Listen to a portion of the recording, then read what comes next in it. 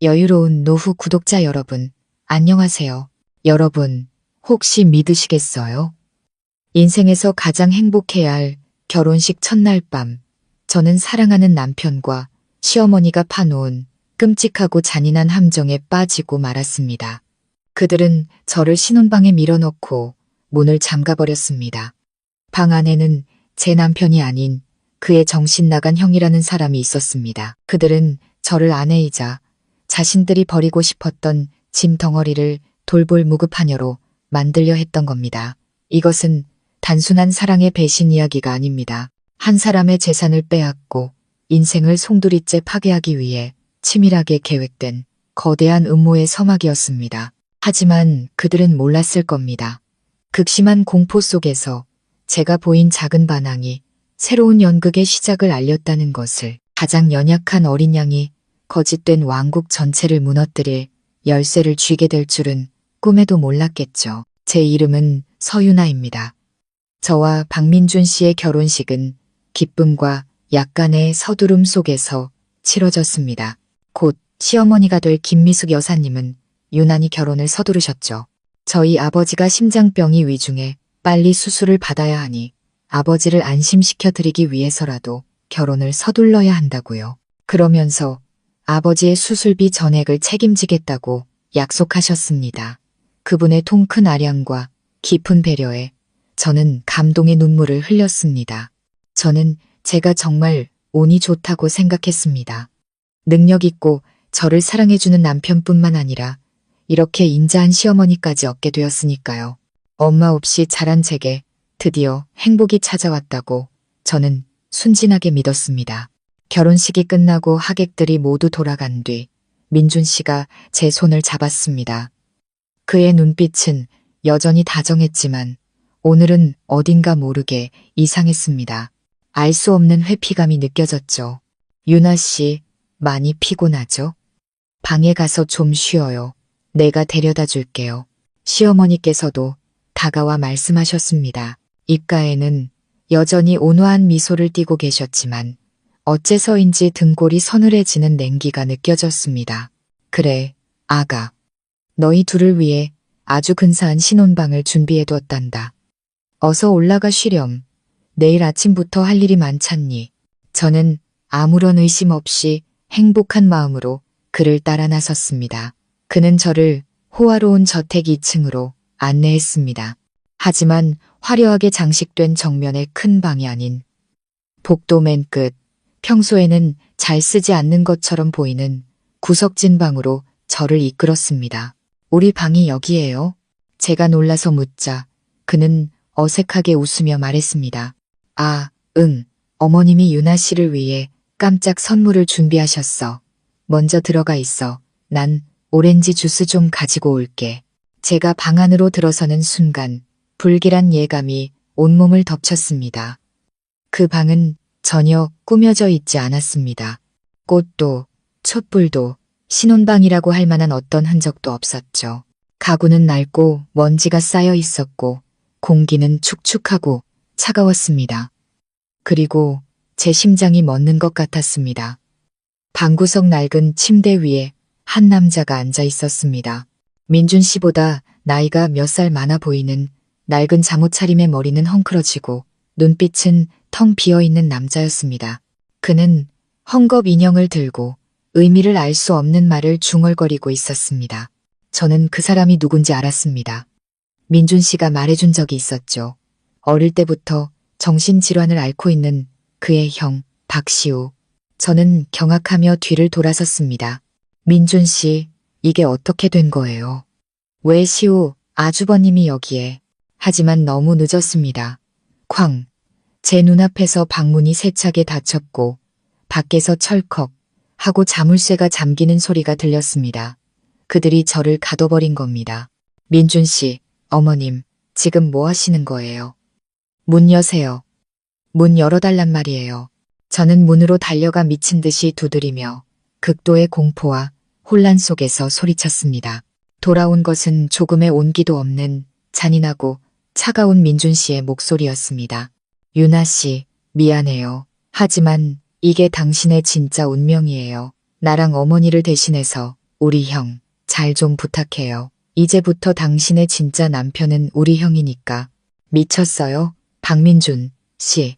저는 제 귀를 의심하며 절규했습니다. 하, 우리 아들 말이 맞다. 세아가. 김 여사의 날카로운 웃음소리가 가면을 벗어던진 채 울려 퍼졌습니다. 얌전히 내 분수를 받아들여. 너같이 가난한 고아야터가 우리 집에 발을 들인 것만으로도 평생의 복인 줄 알아야지. 정신 나간 놈이긴 해도 이 집안의 장남 마누라가 되는 건데 그게 어디냐. 얌전히 내 남편이나 잘 돌봐. 그럼 돈 걱정은 안 하게 해줄 테니. 저는 그 자리에 얼어붙었습니다. 그랬던 겁니다. 모든 것이 연극이었습니다.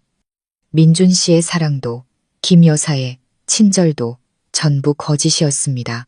그들은 저를 며느리로 들인 게 아니었습니다. 병든 형을 대신 떠맡을 하녀, 공짜 간병인으로 저를 사온 것이었습니다. 역겨움에 온몸이 떨렸고 제 세상이 무너져 내리는 것 같았습니다. 그때 등 뒤에서 부스럭거리는 소리가 들렸습니다. 박시우가 자리에서 일어나 저를 향해 다가오고 있었습니다. 여전히 텅 빈 눈, 영혼 없는 미소를 지은 채로 아내, 그가 중얼거렸습니다. 저는 극도의 공포에 휩싸여 뒷걸음질 치다 차가운 문에 등이 부딪혔습니다. 오지 마세요. 저리 가요. 제가 소리쳤지만 그는 계속 다가왔습니다. 절망의 순간 옆에 있는 낡은 탁자 위에 놓인 도자기, 화병이 눈에 들어왔습니다. 저는 망설일 틈도 없이 그것을 집어들어 온 힘을 다해 바닥에 내리쳤습니다. 쨍그랑 화병이 깨지는 날카로운 소리가 방 안을 울렸고 날카로운 사기 조각들이 사방으로 튀었습니다. 밖에서 희희낙낙하며 상황을 엿듣던 김 여사와 민준 씨는 그 소리에 소스라치게 놀랐습니다. 세상에, 이게 무슨 소리야?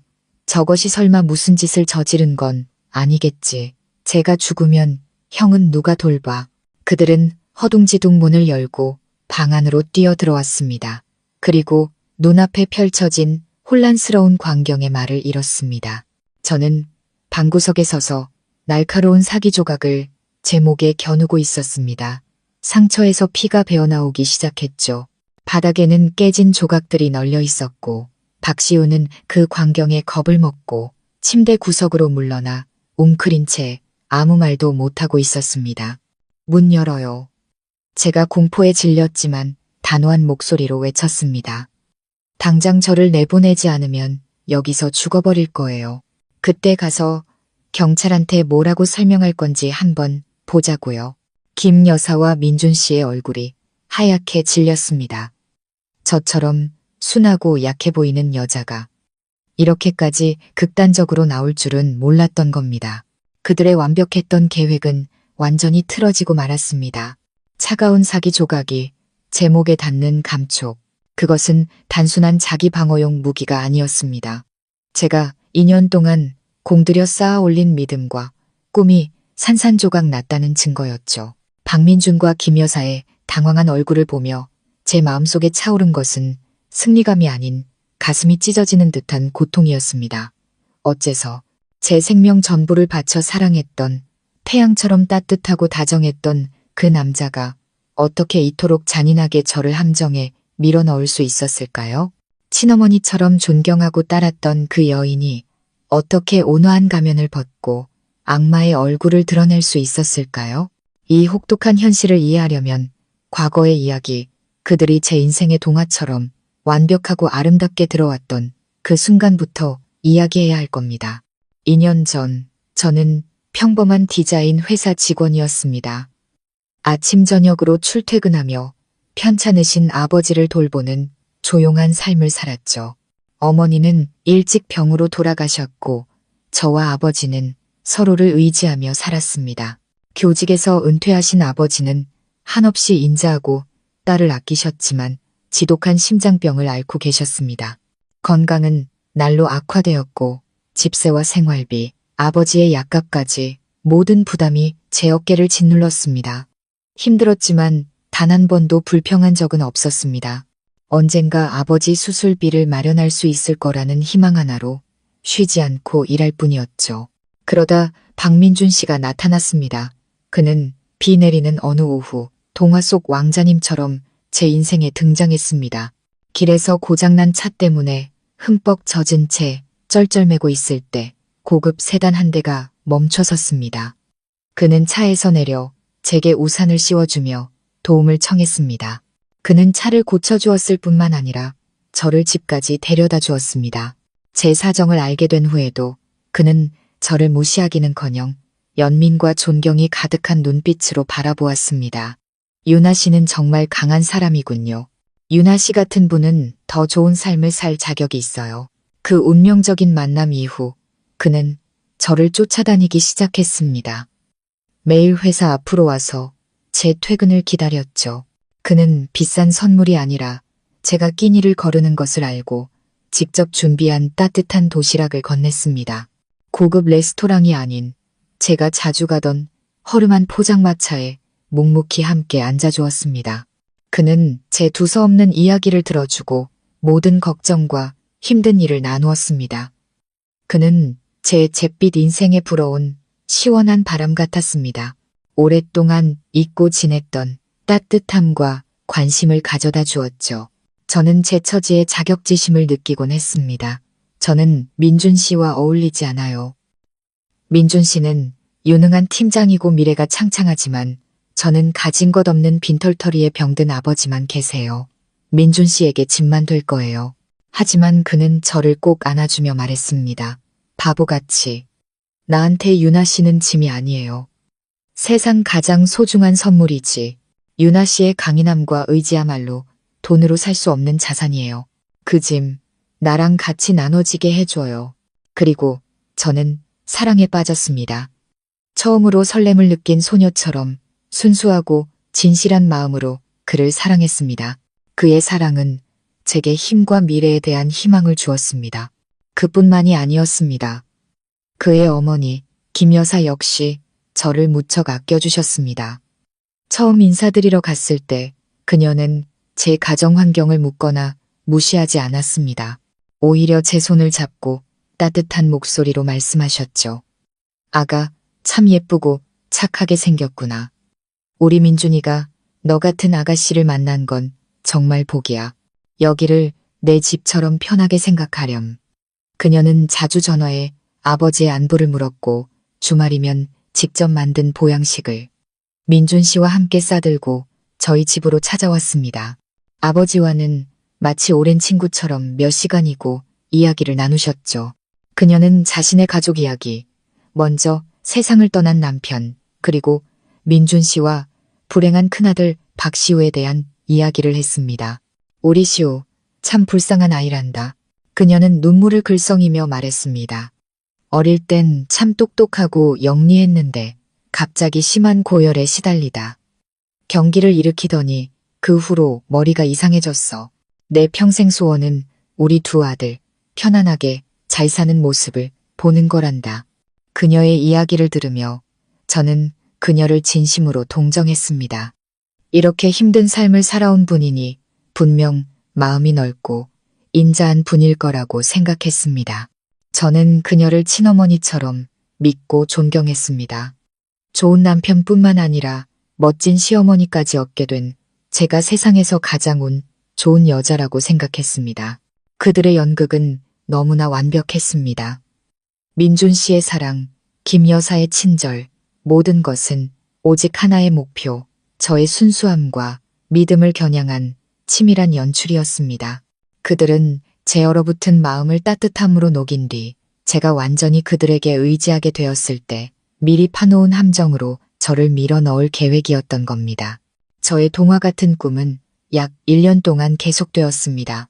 민준 씨와 그의 어머니의 사랑 속에서 행복하게 지냈죠. 우리는 결혼을 계획하기 시작했습니다.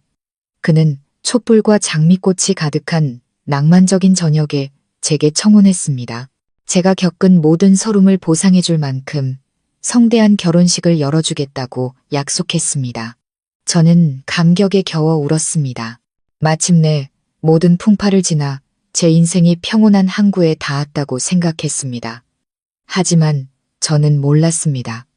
그것이 더 큰 폭풍우를 앞둔 거짓된 평온이었다는 것을. 그 폭풍우는 아버지로부터 시작되었습니다. 아버지의 심장병이 급격히 악화되었고 가슴 통증이 점점 잦아졌습니다. 의사는 아버지의 심장이 너무 약해져 약물로는 더 이상 버틸 수 없다고 했습니다. 아버지를 살릴 유일한 방법은 심장 판막 교체 수술뿐이었고 그 수술비와 치료비를 합치면 거의 1억 원에 달하는 거금이 필요했습니다. 1억 원. 그 숫자는 제게 청천벽력과도 같았습니다. 행복의 천국에서 절망의 지옥으로 곤두박질치는 기분이었죠. 그 돈을 제가 어디서 구하겠습니까? 제 월급으로는 생활비와 아버지 약값을 감당하기도 벅찼습니다. 평생을 벌어도 모으지 못할 돈이었습니다. 저는 완전히 무너져 며칠 동안 방에 틀어박혀 울기만 했습니다. 이 소식을 들은 민준 씨와 김 여사가 한달음에 달려와 저를 위로했습니다. 민준 씨는 저를 안아주며 다정한 목소리로 말했습니다. 울지 마요, 유나 씨. 내가 있잖아요. 아버님 일은 곧 내일이에요. 아버님을 저렇게 내버려 두지 않을 거예요. 김 여사 역시 제 손을 잡으며 말했습니다. 그래, 아가. 걱정 마라. 돈은 문제가 안 돼. 나와 민준이가 어떻게든 해결할 테니. 아버님은 좋은 분이시니 틀림없이 괜찮아지실 게다. 그 말을 듣는 순간 물에 빠진 사람이 지푸라기라도 잡는 심정이었습니다. 저는 그들을 믿었습니다. 제 인생의 구원자라고 생각했습니다. 다음 날 그들은 정말로 행동에 나섰습니다. 김 여사는 인맥을 동원해 아버지를 시내 최고의 대학병원으로 옮겼습니다. 아버지를 위해 간호사가 24시간 상주하는 VIP 병실을 마련해 주었고 국내 최고의 심장 전문의들을 초빙해 협진을 받게 했습니다. 그 모든 것이 엄청나게 비싸다는 것을 저는 알고 있었습니다. 너무나 죄송해서 그렇게 큰 도움을 받을 수 없다고 말씀드렸지만 그녀는 그저 웃으며 손사래를 쳤습니다. 이제 곧 한 가족이 될 텐데 뭘 그런 걸 따지니? 아가, 너는 아버님 간호에만 신경 쓰렴. 비용은 내가 다 알아서 할 테니? 아버지의 모든 것을 안정시킨 후 그녀는 저를 따로 불러 이야기했습니다. 여전히 온화한 미소를 띠고 있었지만 그녀의 눈빛에서 전에는 미처 알아차리지 못했던 차가운 계산이 스쳐 지나갔습니다. 유나 아가, 의사 말이 내 아버지 상태가 위중해서 하루빨리 수술을 해야 한단다. 모든 준비는 끝났어. 그런데 나도 한 가지 소원이 있는데 들어줄 수 있겠니? 네, 어머님, 말씀만 하세요.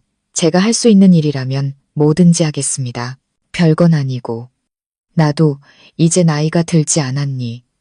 내 가장 큰 소원은 우리 민준이가 장가가서 어진 아내의 보살핌을 받으며 안정적으로 사는 모습을 보는 거란다. 너희 둘 사랑한 지도 꽤 됐으니 이제 백년가약을 맺을 때도 되지 않았니? 이 기회에 결혼식을 올리는 게 어떨까? 내 아버지가 수술대에 오르시기 전에 마음을 놓으실 수 있도록 그리고 내 소원도 이룰 수 있도록 말이다. 그녀의 제안은 당시 저에게 너무나 합리적으로 들렸습니다. 편찮으신 아버지께서 딸의 행복한 모습을 보시면 병과 싸울 힘을 더 얻으실 테니까요. 그리고 저를 이토록 도와주신 그녀의 소원을 들어드리는 것은 당연한 도리라고 생각했습니다. 저는 망설임 없이 고개를 끄덕였습니다. 정말 잘 생각했다. 김 여사는 기쁨을 감추지 못했습니다. 그럼 빨리 진행하자꾸나. 이번 주말로 날을 잡자. 예식장 예약부터 웨딩 촬영까지 모든 건 나와 민준이가 알아서 할 테니 너는 세상에서 가장 예쁜 신부가 될 준비만 하렴. 그렇게 제 결혼식은 일주일 만에 번갯불에 콩 볶듯 치러졌습니다. 모든 것이 너무 빨리 진행되어 저는 아무 생각도 할 수 없었습니다. 그저 행복과 감사, 그리고 밝은 미래에 대한 믿음에 흠뻑 취해 있었습니다. 사랑하는 남편, 마음 따뜻한 시어머니, 그리고 곧 건강을 되찾으실 아버지까지 저는 모든 것을 가졌다고 순진하게 믿었습니다. 저는 전혀 깨닫지 못했습니다. 제 가장 큰 약점인 아버지가 그들의 손에 잡혀 있다는 것을. 그리고 이 결혼식은 제 사랑 이야기의 해피엔딩이 아니라는 것을. 그것은 거래였습니다. 제가 상품이고 그 대가는 제 남은 인생 전부인 끔찍한 매매 계약이었습니다. 그들은 며느리를 맞이한 것이 아니었습니다. 박민준의 정신 나간 형을 평생 돌봐줄 무급하녀를 고용한 것이었습니다. 그리고 저는 그 함정 속으로 제 발로 걸어 들어갔습니다. 여러분, 제가 지옥이라고 생각했던 그 신혼방에서 제 손에 들린 사기 조각은 자기 방어용 무기이자 막다른 길에 몰린 인간의 마지막 저항의 상징이었습니다. 저는 날카로운 조각을 목에 겨눈 채 김 여사 모자를 똑바로 쳐다보았습니다. 제 눈에는 더 이상 연약함 대신 모든 것을 잃은 자의 결연함만이 남아 있었습니다. 목의 작은 상처에서 흘러내린 피가 새하얀 웨딩드레스 위로 붉은 줄기를 그렸습니다.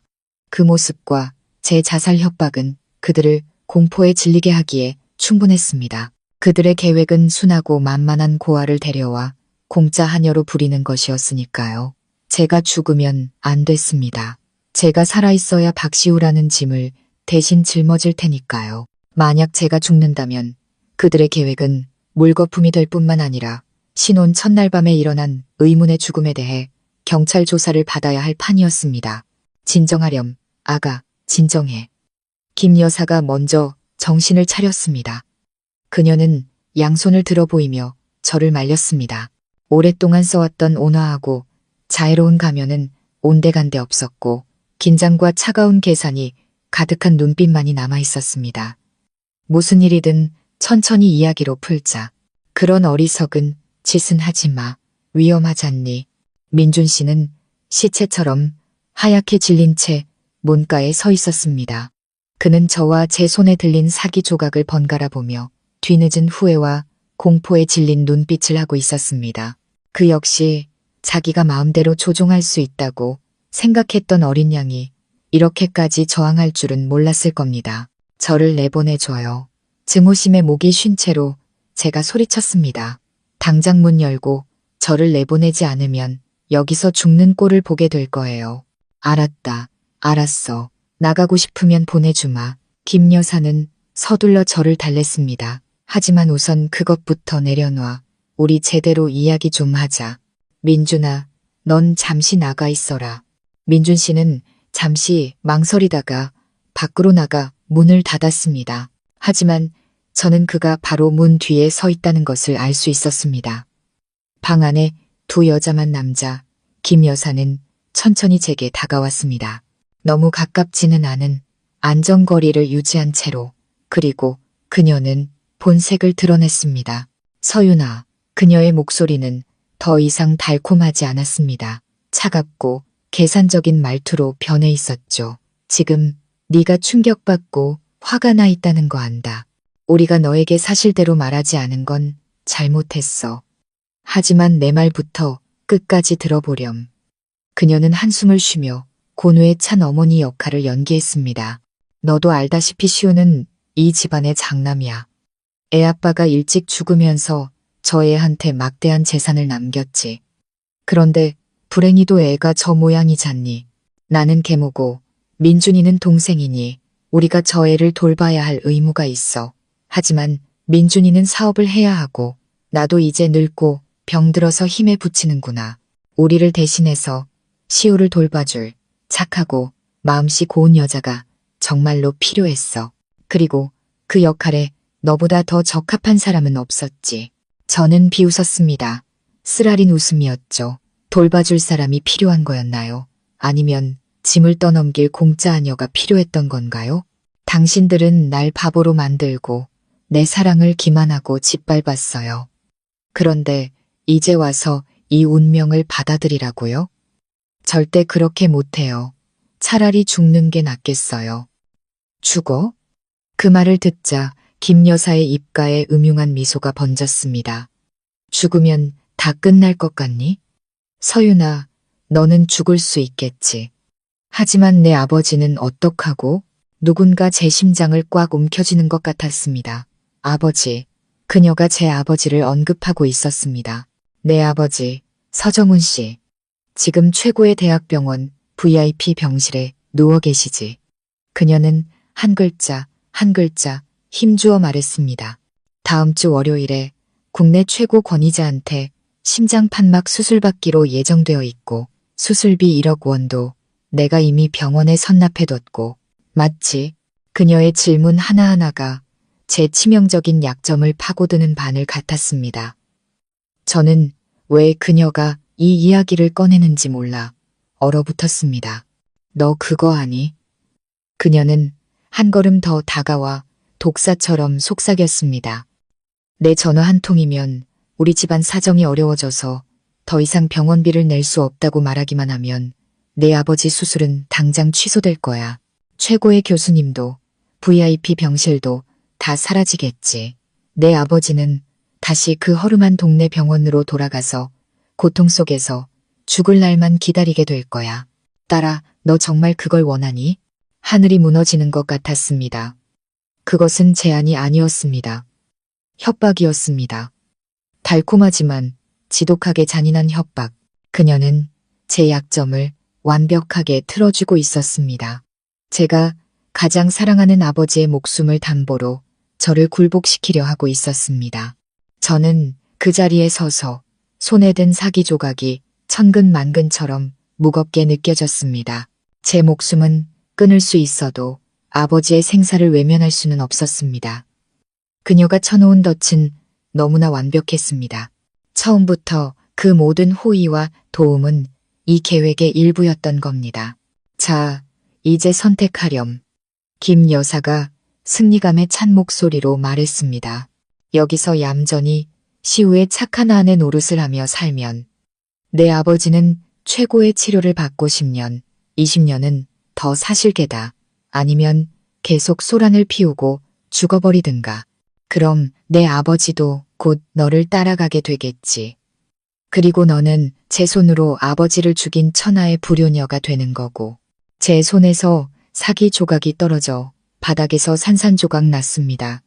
온몸에 힘이 빠져나갔습니다. 제가 졌습니다. 처참하게 졌습니다. 저는 바닥에 주저앉아 눈물을 쏟았습니다. 무력감과 분노, 그리고 굴욕의 눈물이었습니다. 제게는 더 이상 선택권이 없었습니다. 아버지를 위해서라면 제 행복과 인생까지도 희생할 수 있었습니다. 저는 증오에 찬 눈으로 그녀를 올려다보며 말했습니다. 알겠어요. 여기 남겠어요. 하지만 약속하세요. 우리 아버지가 안전하게 최고의 치료를 받게 될 거라고. 그래야지 넌 정말 효녀야. 김 여사가 승자의 미소를 지으며 크게 웃었습니다. 걱정 마라. 내가 얌전히만 굴면 내 아버지는 무엇 하나 부족한 것 없이 지내게 될 테니. 자, 이제 푹 쉬렴. 내 사랑하는 며느라. 그 말을 남기고 그녀는 방을 나갔습니다. 다시 한번 문이 닫히고 차가운 자물쇠 소리가 울려 퍼졌습니다. 저는 어두운 방 안에 정신 나간 남편과 단둘이 남겨졌습니다. 제 신혼 첫날 밤은 그렇게 아버지의 목숨을 담보로 한 잔인한 노예 계약으로 끝이 났습니다. 그날 밤 이후 제 삶은 감옥과 다를 바 없었습니다. 저는 복도 끝 뒷방에 갇혔습니다. 매일 가사도우미가 음식과 생필품을 문 밖에 두고 갔습니다. 외출도 전화 통화도 허락되지 않았습니다. 제가 도망치거나 어리석은 짓을 할까봐 두려워했기 때문이죠. 이 방은 저의 감옥이었고 아이러니하게도 저의 간수는 정신 나간 남편 박시우였습니다. 처음 며칠은 극도의 공포와 경계 속에서 살았습니다. 잠도 잘 수 없었습니다. 밤새도록 방구석에 웅크리고 앉아 눈을 뜨고 있었고 주머니 속에는 항상 깨진 사기 조각을 숨겨두었습니다. 저는 그가 두려웠습니다. 정신병을 앓는 사람의 예측할 수 없는 행동과 멍한 표정이 무서웠습니다. 제가 한눈 파는 사이에 그가 저를 해칠까봐 두려웠습니다. 하지만 박시우는 변함이 없었습니다. 그는 마치 제가 없는 사람인 것처럼 행동하며 자신만의 세계에 빠져 살았습니다. 하루 종일 한자리에 앉아 헝겊 인형과 놀거나 의미 없는 말을 중얼거리며 방안을 서성일 뿐이었습니다. 그는 제게 다가오지도 과격한 행동을 하지도 않았습니다. 하지만 가장 큰 공포는 제가 제 의무를 다해야 할 때였습니다. 그를 돌보는 일 말입니다. 식사 때마다 아이처럼 한 숟가락씩 떠먹여줘야 했고 그가 용변을 보면 치워야 했습니다. 가장 끔찍한 것은 매일 밤 그를 씻겨야 한다는 것이었습니다. 처음 그 일을 해야 했을 때 저는 죽고 싶을 만큼 굴욕적이었습니다. 이를 악물고 눈을 감은 채 간신히 일을 마쳤고 눈물은 멈추지 않았습니다. 하지만 그때마다 병상에 누워 계신 아버지를 떠올렸습니다. 아버지의 모습은 제게 인내할 힘을 주었습니다. 시간이 지나면서 처음의 공포심은 점차 옅어졌습니다. 저는 박시우가 생각만큼 무서운 사람이 아니라는 것을 깨달았습니다. 그는 온순했고 심지어 소심하기까지 했습니다. 한 번도 저를 해치거나 선을 넘는 행동을 한 적이 없었죠. 그는 마치 세상 물정 모르는 순수한 영혼을 가진 몸만 큰 아이 같았습니다. 혼자 앉아 인형에게 말을 거는 그를 볼 때면 때로는 연민이 느껴지기도 했습니다. 공포가 사라진 자리에 관찰이 들어섰습니다. 그리고 제가 그를 유심히 보기 시작했을 때 아주 이상한 점들을 발견했습니다. 김 여사가 말한 정신 나간 사람과는 전혀 어울리지 않는 점들이었죠. 첫째는 그의 식습관이었습니다. 제가 떠먹여줘야 했지만 그는 아주 깔끔하게 먹었고 음식을 흘리는 법이 없었습니다. 또한 그는 항상 채소를 먼저 다 먹은 뒤에 밥과 고기를 먹었습니다. 매우 규칙적인 사람의 습관이었죠. 그리고 저를 가장 의심하게 만든 것은 그의 눈빛이었습니다. 대부분의 시간 그의 눈은 초점 없이 허공을 응시하고 있었습니다. 하지만 몇 번 제가 잠들었다고 생각했을 깊은 밤, 저는 실눈을 뜨고 그를 훔쳐보았습니다. 그리고 완전히 다른 눈빛을 마주했습니다. 날카롭고 지적이며 깊은 고뇌에 차 있는 눈빛. 그는 자고 있지 않았습니다. 일어나 창밖을 보고 있었죠. 달빛이 그의 얼굴을 비추었고 그 위로 깊은 고독과 슬픔이 드러났습니다. 그 눈빛은 결코 미친 사람의 눈빛이 아니었습니다. 그것은 완전히 제정신인 무언가 비밀을 감추고 있는 사람의 눈빛이었습니다. 제 머릿속에 말도 안 되는 가설 하나가 떠올랐습니다. 혹시 그는 미치지 않은 게 아닐까? 모든 것이 연극이라면? 하지만 그렇다면 왜? 무엇 때문에 지난 수년간 폐인처럼 살아야만 했을까? 수천 개의 질문이 제 머릿속을 맴돌았고 감옥 같던 제 삶은 흥미진진한 미스터리로 변해갔습니다. 저는 진실을 밝혀내기로 결심했습니다. 더 이상 참고만 있는 희생자가 아니라 이 남자를 둘러싼 비밀의 장막을 걷어내고 제 자신의 탈출구를 찾기 위한 탐정이 되기로 했습니다. 박시우가 미친 척 연기를 하고 있을지도 모른다는 가설이 떠오른 순간부터 이 답답한 방에서의 삶은 더 이상 지루하지 않았습니다. 그것은 조용한 수사, 제가 선수이자 체스말이 된 두뇌 게임으로 변했습니다. 매일 저는 기계적으로 그를 돌보는 대신 그의 사소한 행동 하나하나를 관찰하며 제 의심을 뒷받침할 증거 조각들을 찾기 시작했습니다.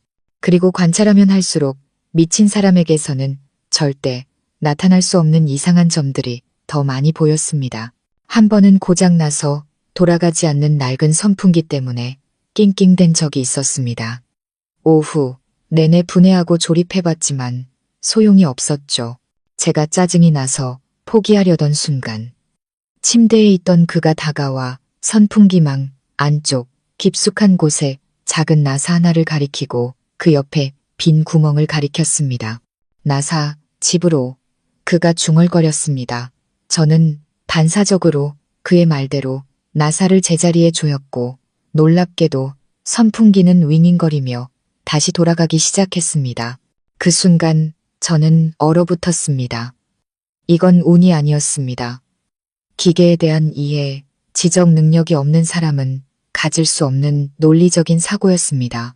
하지만 제 확신을 굳히게 한 가장 큰 발견은 비 오는 어느 오후에 일어났습니다. 제가 방을 청소하다가 평소에는 잘 신경 쓰지 않던 침대 밑을 닦을 때였습니다. 손에 딱딱한 물체가 닿았고 저는 호기심에 그것을 꺼내 보았습니다. 낡고해진 가죽 표지의 수첩이 침대 가장 안쪽 구석에 깊숙이 숨겨져 있었습니다. 저는 떨리는 마음으로 수첩을 펼쳤습니다. 안에는 아이의 낙서가 아닌 빽빽하게 손으로 쓴 글씨가 가득했습니다. 하지만 그건 한국어도 제가 아는 어떤 언어도 아니었습니다. 마치 아무 체계처럼 보이는 낯선 기호들이었고 도표와 숫자, 복잡한 계산식과 함께 매우 정교하게 적혀 있었습니다. 내용을 이해할 수는 없었지만 한 장 한 장 넘기면서 그 기호들 뒤에 숨겨진 초월적인 지성과 치밀한 논리를 느낄 수 있었습니다. 이것은 결코 미친 사람의 작품이 될 수 없었습니다. 이것은 천재의 작업물이었습니다. 저는 서둘러 수첩을 제자리에 돌려놓았습니다. 심장이 미친 듯이 뛰었습니다. 모든 조각이 맞춰지기 시작했습니다. 박시우는 미치지 않았습니다. 그는 미친 척 연기를 하고 있었고 바로 이 방에서 김 여사 모르게 아주 거대하고 비밀스러운 일을 꾸미고 있었던 겁니다. 하지만 왜 그렇게 똑똑한 사람이 왜 페인 같은 삶을 살아야만 했을까요? 그는 무엇을 피하고 있는 걸까요? 아니면 무엇을 기다리고 있는 걸까요? 그리고 저 암호 수첩에는 어떤 비밀이 담겨 있을까요? 제 호기심은 극에 달했지만 섣불리 행동할 수 없다는 것을 알았습니다. 만약 제가 지금 그를 폭로한다면 그의 계획을 망치고 우리 둘 다 위험에 빠뜨릴 수 있었습니다. 저 악랄한 김 여사 모자가 속았다는 것을 알게 된다면 절대 그를 가만두지 않을 테니까요. 제게는 부인할 수 없는 증거, 그가 스스로 진실을 인정하게 만들 마지막 시험이 필요했습니다. 그리고 저는 계획을 세웠습니다. 조금 위험하지만 이 미스터리한 남자의 가면을 완전히 벗겨낼 유일한 방법이었습니다. 계획은 다음 날 실행되었습니다. 연극에 몰입한 사람이 본 모습을 드러내게 하려면 이성이 아닌 본능이 앞서는 돌발 상황을 만드는 것이 최선이라고 생각했습니다. 특히 양심이 있는 남자의 가장 강한 본능은 약자를 보호하려는 본능일 테죠. 저는 스스로 다쳐서 그의 반응을 보기로 했습니다. 그날 점심 평소처럼 가사 도우미가 식사를 가져왔습니다. 김이 모락모락 나는 뜨거운 국이 있었습니다. 바로 제가 필요했던 소품이었죠. 저는 국그릇을 들고 여전히 침대에 멍하니 앉아있는 박시우에게 다가갔습니다. 그리고 일부러 비틀거리며 책상 다리에 발이 걸린 척 했습니다. 저는 비명을 지르며 앞으로 넘어졌습니다. 계산대로 뜨거운 국물이 제 팔 위로 쏟아졌습니다. 살갗을 애는 듯한 고통이 즉시 밀려왔습니다. 끔찍하게 뜨거웠습니다. 마음의 준비를 했음에도 눈물을 참을 수 없었고 팔의 피부는 금세 붉게 부어오르고 물집이 잡혔습니다. 뜨거워, 살려주세요. 저는 울면서 소리치며 극심한 고통과 공황에 빠진 사람을 연기했습니다. 그리고 마침내 제가 기대했던 일이 일어났습니다. 조각상처럼 미동도 없던 박시우가 미친 사람이라면 절대 할 수 없는 반응을 보였습니다. 제 비명을 듣자마자 그는 번개처럼 침대에서 튀어나왔습니다. 더 이상 의미 없는 중얼거림도 멍한 눈빛도 없었습니다. 그는 완전히 본능적인 반사신경으로 제게 달려들었습니다. 그는 망설임 없이 자신의 맨손으로 제 팔에 붙어있던 뜨거운 국그릇을 세게 쳐냈고 그릇은 바닥에 떨어져 산산조각 났습니다. 자신의 손이 되는 것도 신경 쓰지 않았습니다. 그 순간 저를 바라보던 그의 눈빛은 더 이상 공허하지 않았습니다. 숨길 수 없는 걱정과 당황스러움이 가득했습니다. 그는 연기해야 한다는 사실조차 잊어버린 듯 했습니다. 괜찮아요? 그는 완전히 정상적인, 낮고 분명하며 걱정이 가득한 목소리로 무심결에 물었습니다. 그 순간 방 안의 모든 것이 멈춘 듯 했습니다. 저는 화상의 고통 때문이 아니라 그의 말 때문에 얼어붙었습니다. 그가 말했습니다. 정상인처럼 제 계획은 성공했습니다. 하지만 그 말을 뱉은 직후 박시우 역시 자신이 실수했다는 것을 깨달은 듯 했습니다. 그는 흠칫 멈춰섰고 얼굴의 걱정은 금세 당혹감으로 그리고 경계심으로 바뀌었습니다. 그는 저를 한번, 문 쪽을 한번 쳐다보았습니다. 마치 김 여사 모자가 들을까봐 두려워하는 것 같았죠. 그는 서둘러 뒷걸음질 치며 다시 자신의 침대로 돌아가 미친 척하는 가면을 쓰려 했습니다. 하지만 저는 그에게 그럴 기회를 주지 않았습니다. 이제 그만 연기하세요, 아주버님. 저는 고통에 떨리면서도 아주 단호한 목소리로 말했습니다. 저는 다 알고 있어요. 그는 저에게 등을 돌린 채 멈춰 섰습니다. 아주버님, 안 미치셨잖아요. 제가 자리에서 일어서며 계속 말했습니다. 고장난 선풍기, 그리고 침대 밑에 있는 그 암호 수첩까지 전부 다 알아요. 더는 숨기지 않으셔도 돼요. 암호 수첩 이야기를 듣자 그의 어깨가 미세하게 떨리는 것을 보았습니다. 그는 천천히 돌아섰습니다. 이번에 그는 더 이상 연기하지 않았습니다. 자신의 진짜 모습으로 저를 바라보았습니다. 그의 눈은 더 이상 멍하지 않았습니다. 날카롭고 지적이며 깊은 슬픔을 담고 있었죠. 연기를 하지 않는 그의 얼굴은 매우 잘생겼지만 너무나 많은 것을 견뎌온 사람의 피로와 고뇌가 서려 있었습니다. 언제부터 안 겁니까? 그가 실패를 인정하는 듯한 목소리로 물었습니다. 꽤 오래전부터요. 저는 붉게 부어오른 팔을 가리키며 대답했습니다. 그리고 오늘은 마지막 시험이었을 뿐이에요. 절 실망시키지 않으셨네요. 아직 좋은 분이시군요. 그는 제 대인 팔과 자신의 붉어진 손을 번갈아 보더니 입가에 씁쓸한 미소를 지었습니다. 좋은 사람, 살아남기 위해 미친 척해야 하는 놈이 뭐가 좋다는 겁니까? 그는 한숨을 쉬며 방 안의 유일한 의자에 앉았습니다. 그의 모습은 더 이상 환자가 아니었습니다. 왕좌를 잃은 왕의 고독과 피로가 느껴졌습니다. 좋습니다. 이미 알았다니 더 숨길 필요도 없겠군요. 하지만 이 비밀 꼭 지켜주길 바랍니다. 이건 제 목숨뿐만 아니라 이제 당신의 목숨과도 관련이 있을 테니까요. 그의 말은 저를 소름 돋게 했습니다. 그게 무슨 말이죠?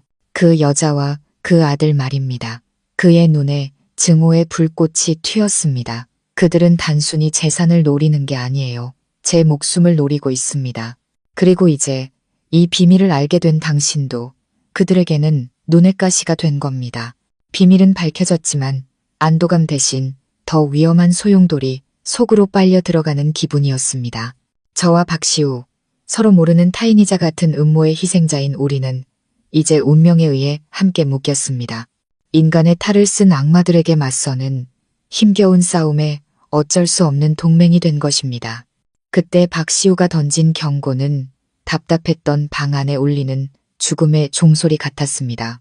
제 목숨을 노리고 있습니다. 담담하게 뱉은 그 한마디가 제 등골을 서늘하게 만들었습니다. 김 여사 모자가 탐욕스러운 사기꾼인 줄은 알았지만 사람을 죽이려 할 만큼 악독할 줄은, 그것도 자신의 아들이자 형제를 죽이려 할 줄은 상상도 못했습니다. 저는 눈앞의 남자를 바라보았습니다.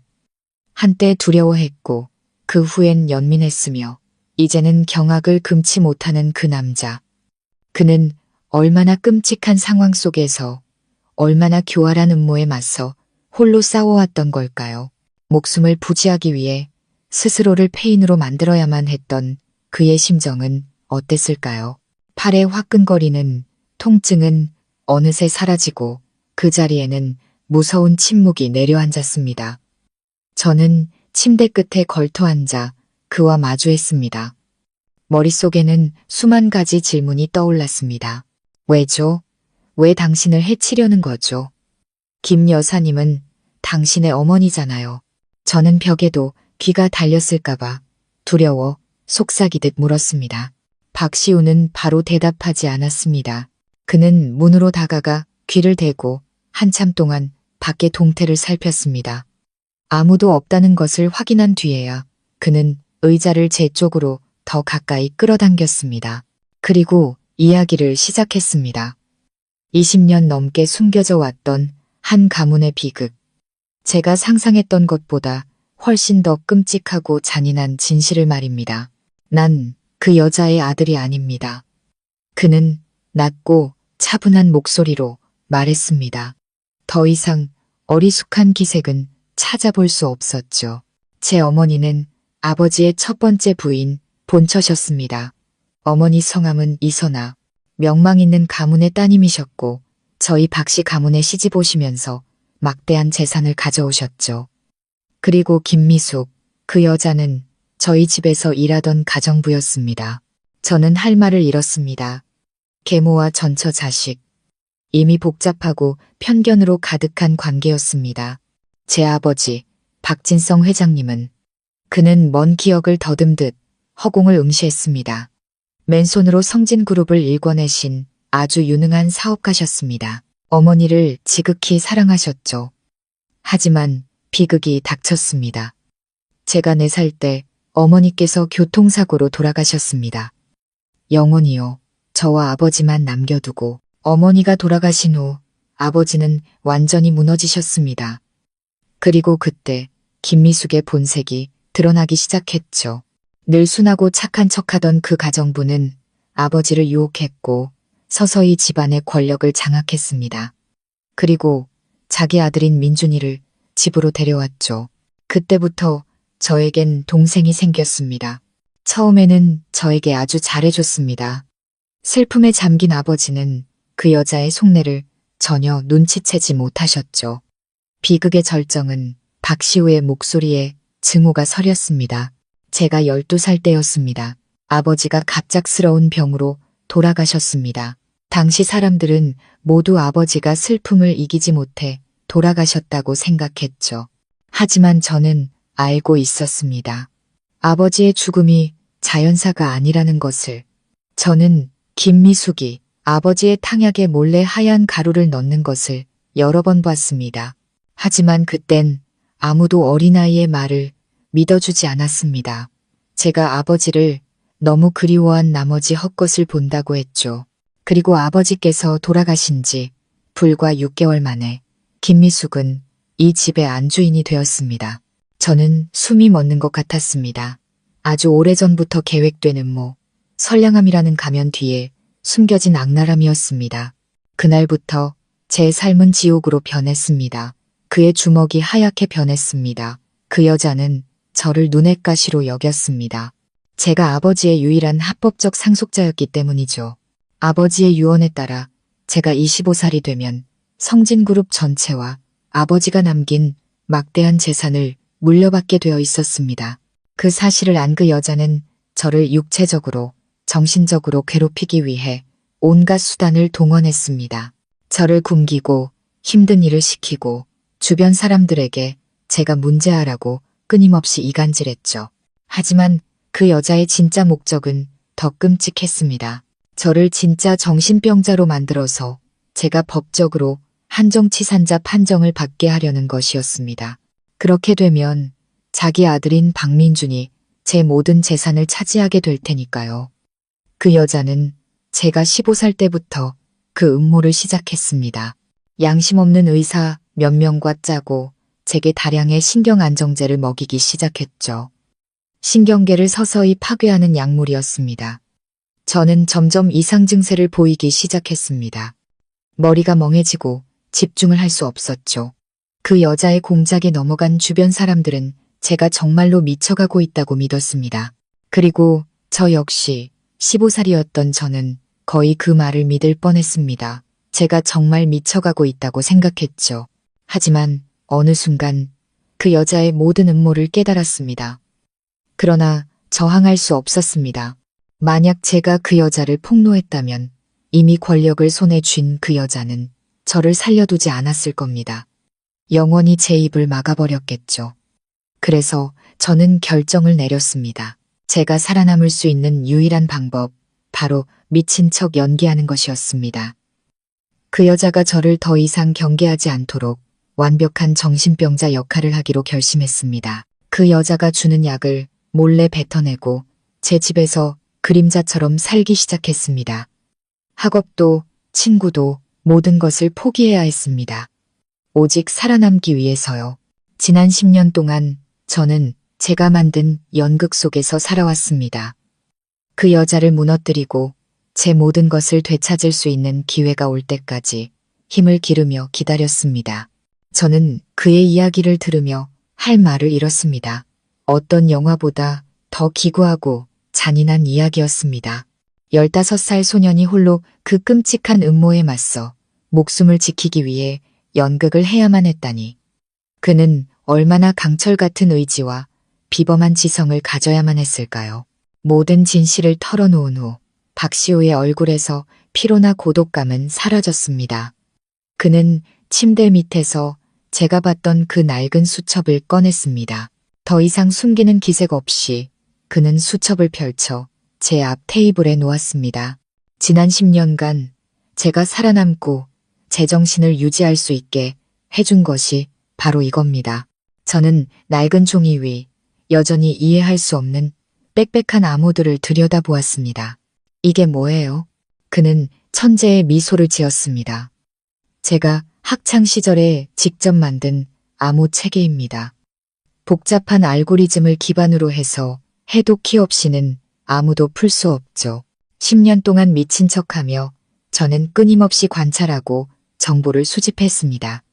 그 여자의 모든 수상한 행동과 대화를 전부 여기에 기록했죠.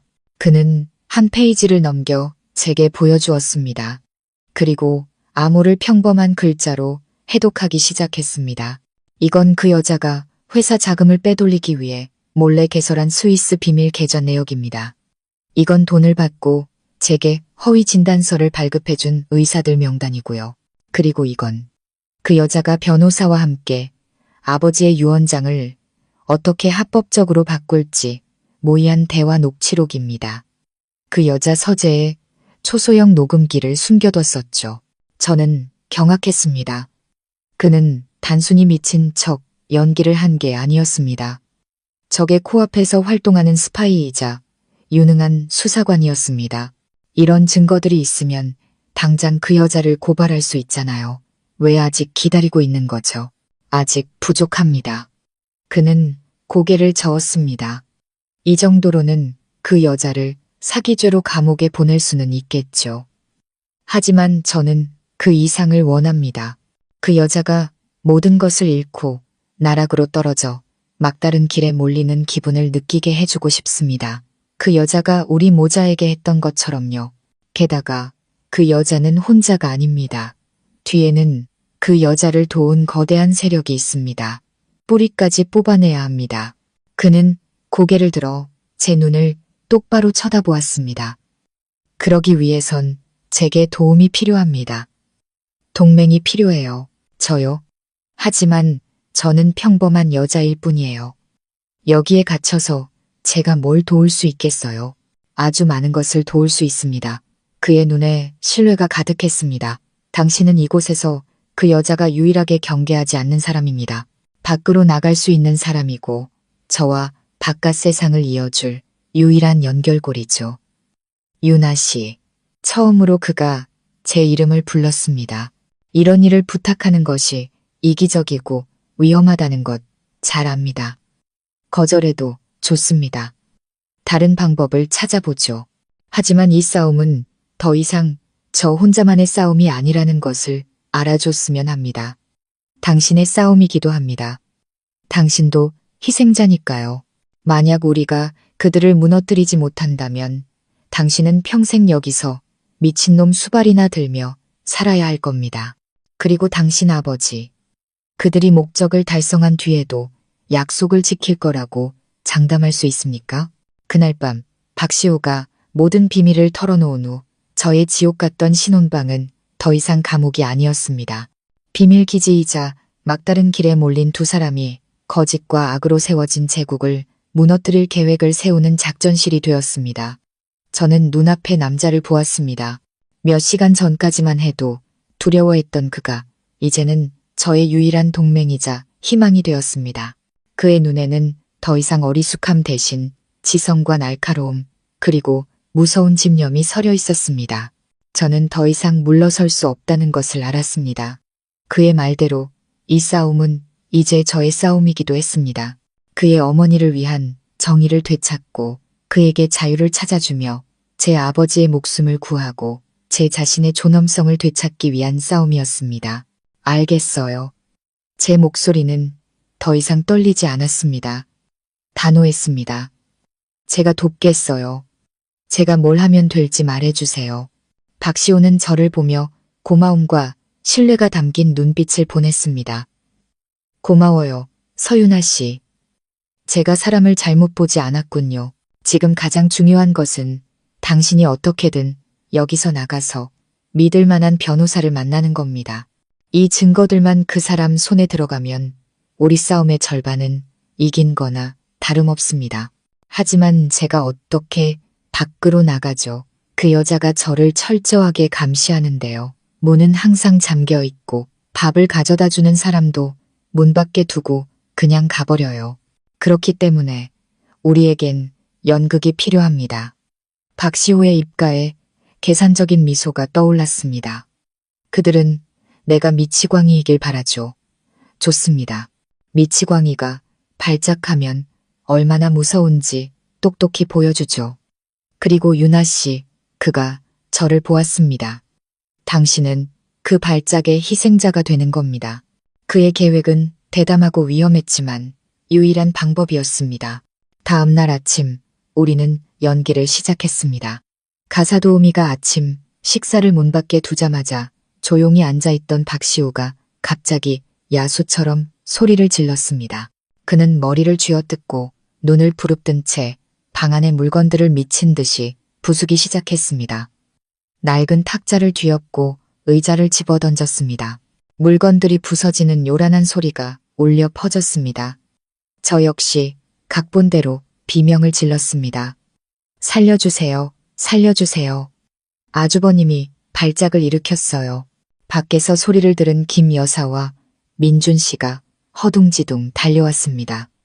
그들은 문틈으로 방 안에 아수라장을 보았습니다. 젠장, 오늘은 왜 저렇게 심하게 구는 거야? 김 여사가 짜증 섞인 목소리로 중얼거렸습니다. 어머님, 문 좀 열어주세요. 제발. 아주버님이 절 죽이려고 해요. 저는 계속해서 울부짖으며 겁에 질린 희생자를 연기했습니다. 시끄러워. 김 여사가 문틈으로 소리쳤습니다. 미쳤다고 사람까지 죽일까? 네가 죽으면 쟨 누가 돌보라고. 하지만 박시우는 더욱 실감나게 연기했습니다. 그는 저를 때릴 듯이 달려들었고 저는 재빨리 피하며 문으로 달려가 문을 세차게 두드렸습니다. 살려주세요. 제발 잠시만이라도 밖으로 나가게 해주세요. 너무 무서워요. 상황이 심각해 보이거나 제가 정말 다칠까봐 걱정됐는지 김 여사는 마지못해 민준 씨에게 명령했습니다. 문 열어줘. 아래층으로 데려가서 물이라도 좀 마시게 해. 난 들어가서 형님 좀 봐야겠다.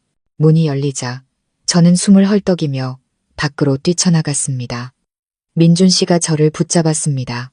그의 눈에는 일말의 미안함이 서려 있었지만 그 거짓된 걱정은 저를 더욱 역겹게 만들 뿐이었습니다. 괜찮아요? 그가 물었지만 저는 대답 대신 고개를 저으며 몸을 떨었습니다. 김 여사는 저를 지나쳐 방으로 들어갔습니다. 그녀를 보자마자 박시우는 더욱 격렬하게 소리쳤습니다. 그녀를 손가락질하며 증오에 찬 의미 없는 말들을 내뱉었습니다. 한참 뒤에야 그녀는 다른 사람들의 도움을 받아 그에게 안정제를 주사하고 침대에 눕힐 수 있었습니다. 저는 민준 씨를 따라 거실로 내려왔습니다. 갇혀 지낸 이후 처음으로 그 방을 벗어난 것이었습니다. 큰아들을 진정시킨 김 여사도 지치고 짜증난 표정으로 내려왔습니다. 봤지? 저 왼수 덩어리가 몇 년째 날 이렇게 괴롭히고 있어. 너도 이제 슬슬 익숙해져야 할 게다. 그녀는 일말의 동정심도 없이 말했습니다. 저는 고개를 숙이고 겁먹은 척했습니다. 어머님, 전화 한 통만 써도 될까요? 그냥 친구한테 잘 있다고 걱정 말라고만 하려고요. 절대 다른 말은 안 할게요. 그녀는 저를 의심의 눈초리로 쳐다보았습니다. 하지만 제 불쌍한 몰골이 위협적으로 보이지 않았는지 혹은 겁을 준 뒤에 베푸는 작은 잡이었는지 그녀는 고개를 끄덕였습니다. 알았다. 빨리 끝내. 딴짓할 생각은 꿈도 꾸지 마라. 그녀가 제게 무선 전화기를 건넸습니다. 심장이 터질 것 같았습니다. 저는 전화기를 받아 떨리는 손으로 박시호가 알려준 변호사의 번호가 아닌 제 유일한 친구 민지의 번호를 눌렀습니다. 김 여사도 민지를 만난 적이 있었기 때문이죠. 저는 모든 통화가 도청될 것임을 알고 있었습니다. 여보세요? 민지야, 나 유나야. 저는 최대한 평범한 목소리로 말했습니다. 유나야, 너 며칠 동안 어디 갔었어? 연락도 안 되고. 걱정해 죽는 줄 알았잖아. 수화기 넘어 민지의 목소리는 걱정으로 가득했습니다. 아, 시댁에 일이 좀 있어서. 난 잘 지내. 저는 소파에 앉아 신문을 보는 척하면서 귀를 쫑긋 세우고 있는 김 여사를 곁눈질하며 거짓말을 했습니다. 아, 참, 민지야, 너희 사촌 오빠 중에 김진우 변호사님 기억나? 진우 오빠? 당연히 기억하지. 왜? 내가 시골에 작은 땅을 좀 사려고 하는데 서류 절차가 너무 복잡해서.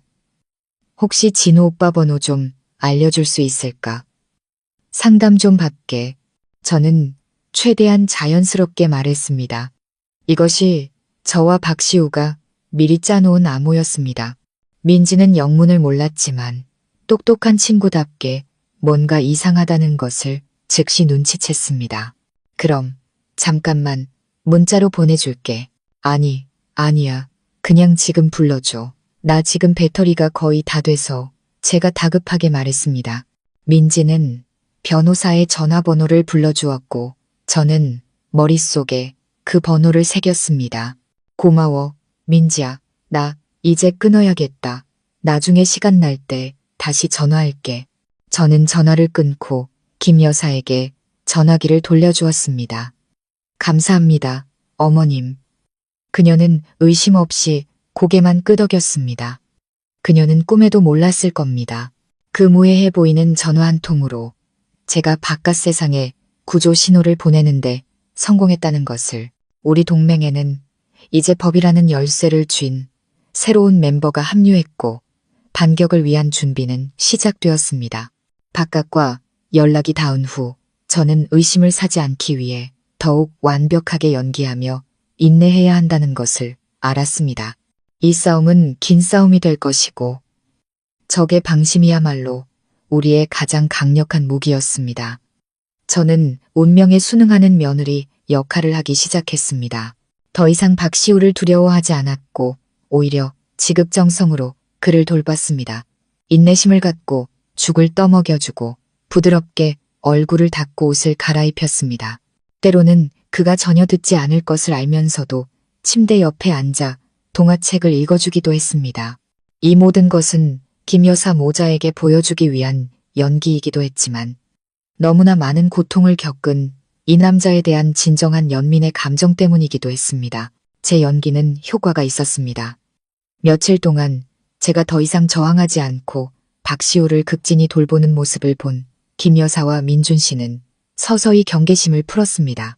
그들은 제가 아버지의 안전을 위해 미친 남자의 아내라는 운명을 완전히 받아들였다고 믿기 시작했습니다.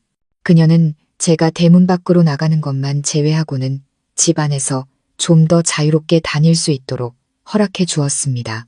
가끔은 아버지의 안부를 묻는 전화를 걸도록 은혜를 베풀기도 했죠. 저는 그 드문 기회를 이용해 김 변호사와 연락을 취했고 그는 밖에서 우리를 돕기로 했습니다. 제가 완전히 자기 손안의 꼭두각시가 되었다고 확신한 김 여사는 다음 계획을 실행하기 시작했습니다. 그녀는 재산명의 이전 작업을 공공연하게 진행했습니다. 이제 명목상의 맏며느리가 있으니 계모인 자신과 동생인 민준 씨가 정신병을 앓는 형을 대신해 재산을 관리하는 것이 아주 합리적이라고 생각하는 듯 했습니다. 그녀는 변호사를 집으로 불렀습니다. 더 이상 몰래 만나는 것이 아닌 거실에서 대놓고 회의를 열었죠. 그녀는 일부러 제가 그 모습을 보게 했습니다. 제가 박시호의 아내라 할지라도 이 집의 모든 권력은 자신에게 있다는 것을 과시하려는 듯이 저는 그저 고개를 숙이고 조용히 제 할 일을 하는 척했지만 귀로는 한마디도 놓치지 않았고 눈으로는 그들의 얼굴과 서류들을 기억하려 애썼습니다. 저는 그들이 박시우 명의로 된 값비싼 땅 몇 필지를 파는 것에 대해 의논하는 것을 보았고 성진그룹의 지분을 민준 씨에게 넘기는 것에 대해 이야기하는 것을 들었습니다. 그들은 자신들의 재산 강탈 행위를 한 걸음 한 걸음 합법화하고 있었습니다. 제가 수집한 모든 정보는 비밀리에 김 변호사에게 전달되었습니다. 밖에서는 조용하지만 치밀한 수사가 진행되고 있었습니다. 김 변호사는 박시우가 제공한 초기 증거들을 바탕으로 그의 진료 기록을 파헤치기 시작했습니다. 그는 허위 진단서에 서명했던 의사들을 찾아가 압박했고 기록의 허점과 비정상적인 부분들을 찾아냈습니다. 또한 어릴 적 김 여사가 박시우를 학대하는 모습을 목격했던 옛 가정부들과도 연락이 닿았습니다. 김 여사의 범죄에 대한 그림이 서서히 완성되고 있었습니다. 그동안 집안에서 저와 박시우는 계속 연극을 했습니다. 우리의 관계는 점점 더 손발이 잘 맞았습니다. 우리는 눈빛과 우리만의 암호로 소통했습니다. 때로는 그의 눈썹 찡그림 하나만으로도 제가 무엇을 해야 할지 알 수 있었죠. 같은 방에서 살며 함께 위험에 맞서는 동안 우리 사이에는 보이지 않는 유대감이 생겨났습니다. 그것은 사랑이 아닌 함께 싸울 수 있는 유일한 사람에 대한 절대적인 신뢰와 동지애였습니다. 김 여사와 민준 씨는 너무나 방심한 나머지 그 변화를 전혀 눈치채지 못했습니다. 그들은 여전히 자신들의 계획에 도취해 모든 것을 손에 쥐었다고 믿고 있었습니다. 그들은 보이지 않는 법에 그물이 펼쳐지고 있으며 자신들이 그 그물 속으로 스스로 뛰어들고 있는 거대한 물고기라는 사실을 몰랐습니다. 우리의 연극 속 연극은 막바지를 향해 달려가고 있었습니다. 그리고 저는 진실이 밝혀지고 그들이 저지른 모든 죄의 대가를 치를 날이 머지않았음을 직감했습니다. 우리가 오랫동안 비밀리에 준비해온 체스 게임은 마침내 첫 번째 결정적인 수를 둘 때가 되었습니다. 감금된 지 약 2달 동안 저는 순종적인 며느리 역할을 완벽하게 해냈을 뿐만 아니라 의도치 않게 스파이가 되어 김 여사 모자의 불법 행위에 대한 수많은 중요 증거들을 수집했습니다. 수상한 사업 통화 내용부터 부도덕한 변호사와의 만남, 그녀가 부주의하게 서재 책상 위에 놓아둔 재산양도 계약서까지 모든 것을 김 변호사가 몰래 사들인 가사도우미를 통해 전달해준 초소형 카메라 폰으로 촬영했습니다. 모든 정보와 증거는 안전하게 밖으로 전달되어 그들의 범죄 기록부를 차곡차곡 채워나갔습니다. 때가 무르익었다고 판단한 박시호는 제게 신호를 보냈습니다. 이제 첫 번째 공격을 개시할 시간이었습니다. 독사들을 놀라게 해서 스스로 본 모습을 드러내게 만들 타초경사, 다처경서의 계책이었죠. 계획대로 김 변호사가 움직였습니다. 그는 모든 결정적인 증거를 한 번에 터뜨리지 않았습니다. 김 여사가 정신적으로 제약이 있는 사람의 재산을 남용하고 횡령했다는 명백한 정황을 증명할 수 있는 초기 자료 몇 가지만을 선별했습니다. 그는 익명으로 고발장을 작성하여 성진그룹 감사팀과 경찰 수사기관에 동시에 발송했습니다. 고발장에는 박시우 명의의 대량의 주식이 비정상적으로 박민준에게 양도된 점, 그리고 고가의 토지 몇 필지가 시세보다 현저히 낮은 가격에 매각된 점에 대한 의혹만을 제기했습니다. 그 익명의 고발장은 조용한 호수에 던져진 작은 돌멩이 같았지만 거센 파장을 일으키기엔 충분했습니다. 그룹 감사팀의 많은 이들이 이미 김 여사에게 매수되었지만 공개적으로 접수된 이토록 심각한 내용의 고발장을 무시할 수는 없었습니다. 그들은 내부 조사에 착수할 수밖에 없었죠. 동시에 경찰도 수사에 나섰습니다. 그들은 김 여사와 민준 씨를 소환해 고발 내용에 대한 사실관계를 확인했습니다. 그날 사복 차림의 경찰 2명이 소환장을 들고 저택문 앞에 나타났을 때 저는 김 여사 모자의 얼굴이 어떻게 변하는지 똑똑히 보았습니다. 평소에 거만하고 의기양양한 표정은 온데간데 없고 당혹감과 혼란, 그리고 약간의 공포심이 그 자리를 대신했습니다. 무슨 착오가 있었나 본데요. 저희는 법 없이도 살 사람들입니다. 횡령이라니요. 김 여사는 애써 평정을 유지하며 거짓 미소를 지었습니다. 저희는 단지 사실 관계 확인을 위해 두 분을 모시는 것뿐입니다. 한 경찰이 감정 없는 목소리로 말했습니다. 함께 가주시죠. 그들은 가야만 했습니다. 민준 씨는 핏기 하나 없는 얼굴로 넉나간 사람처럼 비틀거리며 걸었습니다. 김 여사는 꿋꿋한 척했지만 핸드백을 쥔 그녀의 손이 가늘게 떨리는 것을 저는 보았습니다. 그날 하루 종일 저와 박시우는 방 안에서 초조하게 기다렸습니다. 이것은 매우 위험한 도박이었습니다. 만약 그들이 똑똑하고 준비가 되어 있다면 이 초기 조사를 쉽게 빠져나갈 수도 있었습니다. 아니나 다를까 그날 저녁 그들은 지치고 초췌한 모습으로 돌아왔지만 일단 위기는 넘긴 듯 했습니다. 별것 아니었어. 그냥 시답자는 투서였을 뿐이야. 엄마가 다 해결했어. 김 여사가 민준 씨에게 말했지만 목소리에는 예전의 자신감이 없었습니다. 분명 회사 안에 우리를 시기하는 놈이 꾸민 짓이야. 네가 곧 상속권을 쥐게 될 테니 배가 아파서 저러는 거겠지. 그녀는 저나 박시우를 전혀 의심하지 않았습니다. 그녀의 눈에 우리는 여전히 순종적인 하녀와 무해한 미치광이일 뿐이었습니다. 오만함이 그녀의 눈을 멀게 한 것이죠. 그녀는 회사 내부의 경쟁자들을 의심하기 시작했고 문제가 있다고 생각되는 직원들을 무더기로 해고하거나 좌천시켰습니다. 이러한 행동은 성진그룹 내부에 전례 없는 혼란을 야기했고 회사 주가는 하락하기 시작했습니다. 모든 것이 박시우의 예상대로 흘러가고 있었습니다. 우리의 첫 번째 공격은 그들을 쓰러뜨리지는 못했지만 호수를 휘저어 상어들을 공포에 질려 허둥대게 만들고 스스로 진영을 무너뜨리게 하는 데는 성공했습니다. 하지만 우리도 알고 있었습니다. 막다른 길에 몰린 짐승은 그 어느 때보다 위험하고 광포해진다는 것을. 김 여사와 민준 씨는 초기의 혼란에서 벗어난 후 박시우가 살아있는 한 자신들의 범죄가 발각될 위험이 계속 존재한다는 것을 깨달았습니다. 그는 유일한 살아있는 증인이자 그들에게 가장 큰 위협이었습니다.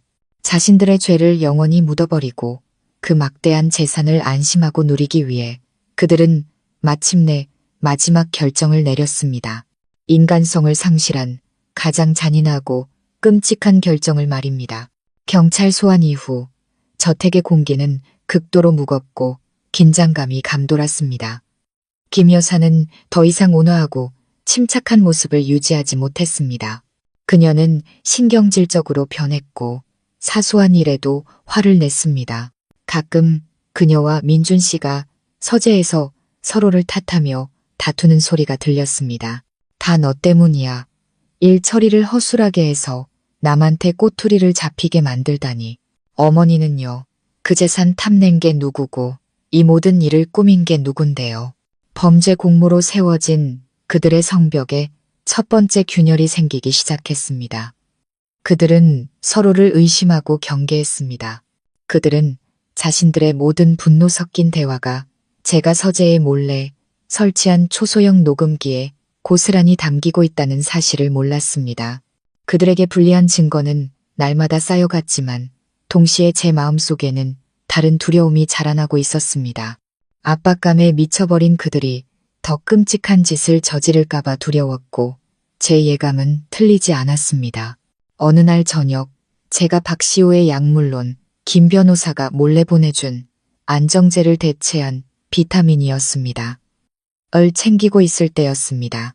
우연히 김 여사의 서재 앞을 지나가다가 그들의 대화를 엿듣게 되었습니다.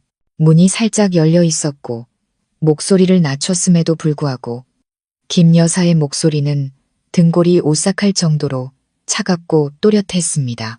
더 이상 저놈을 살려둬선 안 돼. 민준아, 저놈이 살아있는 한 우린 절대 마음 편히 살 수 없어. 경찰도 조만간 저놈을 찾아와 진술을 들으려 할 거야. 미친놈은 증인이 될 수 없지만 혹시라도 어떤 의사가 저놈이 안 미쳤다는 걸 알아채기라도 하면 모든 게 끝장이야. 하지만 어머니, 그럼 어쩌시려고요? 설마 사람을 죽이기라도 하게요? 미쳤어요. 그건 사형이라고요. 민준 씨의 목소리가 떨렸습니다. 사형. 그녀가 비웃었습니다. 소름 끼치는 웃음이었습니다. 누가 우리가 죽인대. 저놈은 미친놈이야. 불의의 사고로 죽는 거지. 얼마든지 일어날 수 있는 일이잖니? 예를 들어 발작을 일으켜서 계단에서 굴러떨어진다거나 아니면 뭘 고치다가 감전된다거나. 방법은 많아, 아들아. 우리가 조금만 치밀하게 계획하면 아무도 의심하지 못할 거야. 저는 문 밖에 서서 온몸이 얼어붙었습니다. 그들은 살인을 계획하고 있었습니다. 자신의 형을, 아들을 아무렇지 않게 죽일 계획을 세우고 있었습니다. 그들의 악랄함은 인간의 한계를 넘어섰습니다. 그래도 그건 너무 잔인하잖아요. 어머니, 민준 씨는 여전히 망설였습니다. 잔인해? 김 여사가 목소리를 높였습니다. 우리가 모든 걸 잃고 감옥에서 썩는 것과 비교하면 이 정도 잔인함이 대수니? 생각해봐, 민준아. 저놈만 사라지면 모든 게 해결돼. 유언장은 집행될 거고 네가 유일한 상속자가 되는 거야. 더 이상 우리를 방해할 사람은 없어. 이게 유일한 길이야. 선택해. 저놈이 죽거나 우리 가족이 다 같이 죽거나. 긴 침묵이 흘렀습니다. 저는 숨을 죽이고 민준 씨의 대답을 기다렸습니다. 그리고 마침내 그의 깊은 한숨과 함께 체념의 찬 속삭임이 들렸습니다. 알겠어요. 어머니 말씀대로 할게요. 그는 동의했습니다. 제가 한때 사랑했던 그 남자는 이제 완전히 악마가 되었습니다. 돈과 지위를 위해 자신의 형까지 죽일 준비가 된 악마. 저는 심장이 미친 듯이 뛰는 것을 느끼며 황급히 뒷걸음질 쳤습니다. 이 사실을 박시우에게 당장 알려야 했습니다. 제가 방으로 달려가 들은 모든 것을 이야기했을 때 저의 공황 상태와는 달리 박시우는 매우 침착했습니다. 마치 이 모든 것을 예상했다는 듯이 알고 있었습니다. 그의 눈빛이 차갑게 식었습니다. 언젠가 그 여자가 이 방법을 쓸 줄 알았어요. 그게 그 여자의 본성이니까. 독사는 사람을 물지 않고는 살 수 없는 법이죠. 그럼 이제 우린 어떻게 해야 해요? 제가 떨리는 목소리로 물었습니다. 경찰에 신고해서 그들의 음모를 알려야 하지 않을까요? 안 됩니다. 그는 고개를 저었습니다. 단순한 대화 내용만으로는 구체적인 증거가 부족해요. 그들은 쉽게 발뺌할 겁니다. 섣불리 뱀을 건드려 풀숲만 놀라게 할 수는 없어요. 우리가 한 발 앞서야 합니다. 그는 저를 보았습니다. 그의 눈의 결단과 약간의 잔인함마저 스쳐 지나갔습니다. 그들이 사고라는 연극을 꾸미고 싶어 한다고요. 좋습니다. 우리가 그 연극을 완성시켜 주죠. 하지만 사고를 당하는 사람은 내가 아닐 겁니다. 그는 역으로 함정을 파는 대담하고 위험한 계획을 세우기 시작했습니다. 우리는 아무것도 모르는 척 연기하며 그들이 어떻게 나오는지 기다렸다가 그들의 계책을 역이용하여 그들이 판 함정을 그들의 무덤으로 만들자고 했습니다. 하지만 너무 위험해요. 만약 조금이라도 실수가 생긴다면 괜찮을 겁니다. 그가 제 손을 잡았습니다. 따뜻하고 믿음직스러운 손길이었습니다. 이번엔 우리 혼자가 아니에요.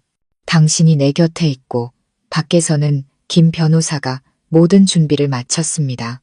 그물은 이미 쳐졌어요. 유나 씨. 그들이 움직이는 순간 더 이상 빠져나갈 길은 없을 겁니다. 그의 자신감 넘치는 눈빛을 보자 제 마음속의 두려움도 점차 사라졌습니다.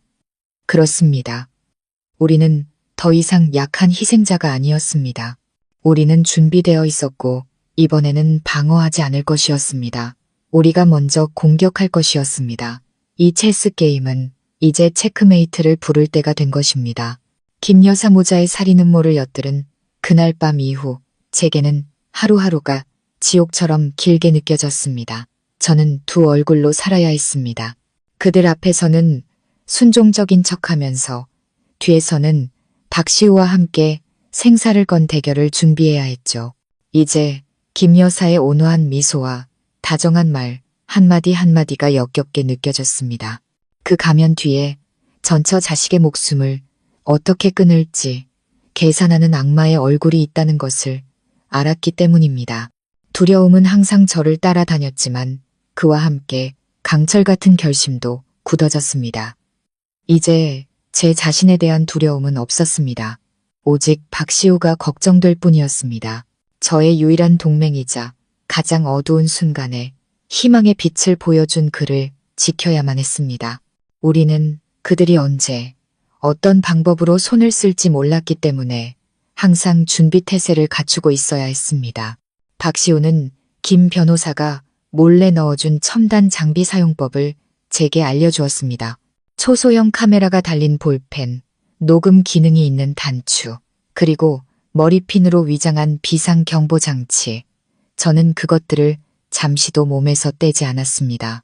한때 감옥이었던 우리 방은 이제 요새로 변했습니다.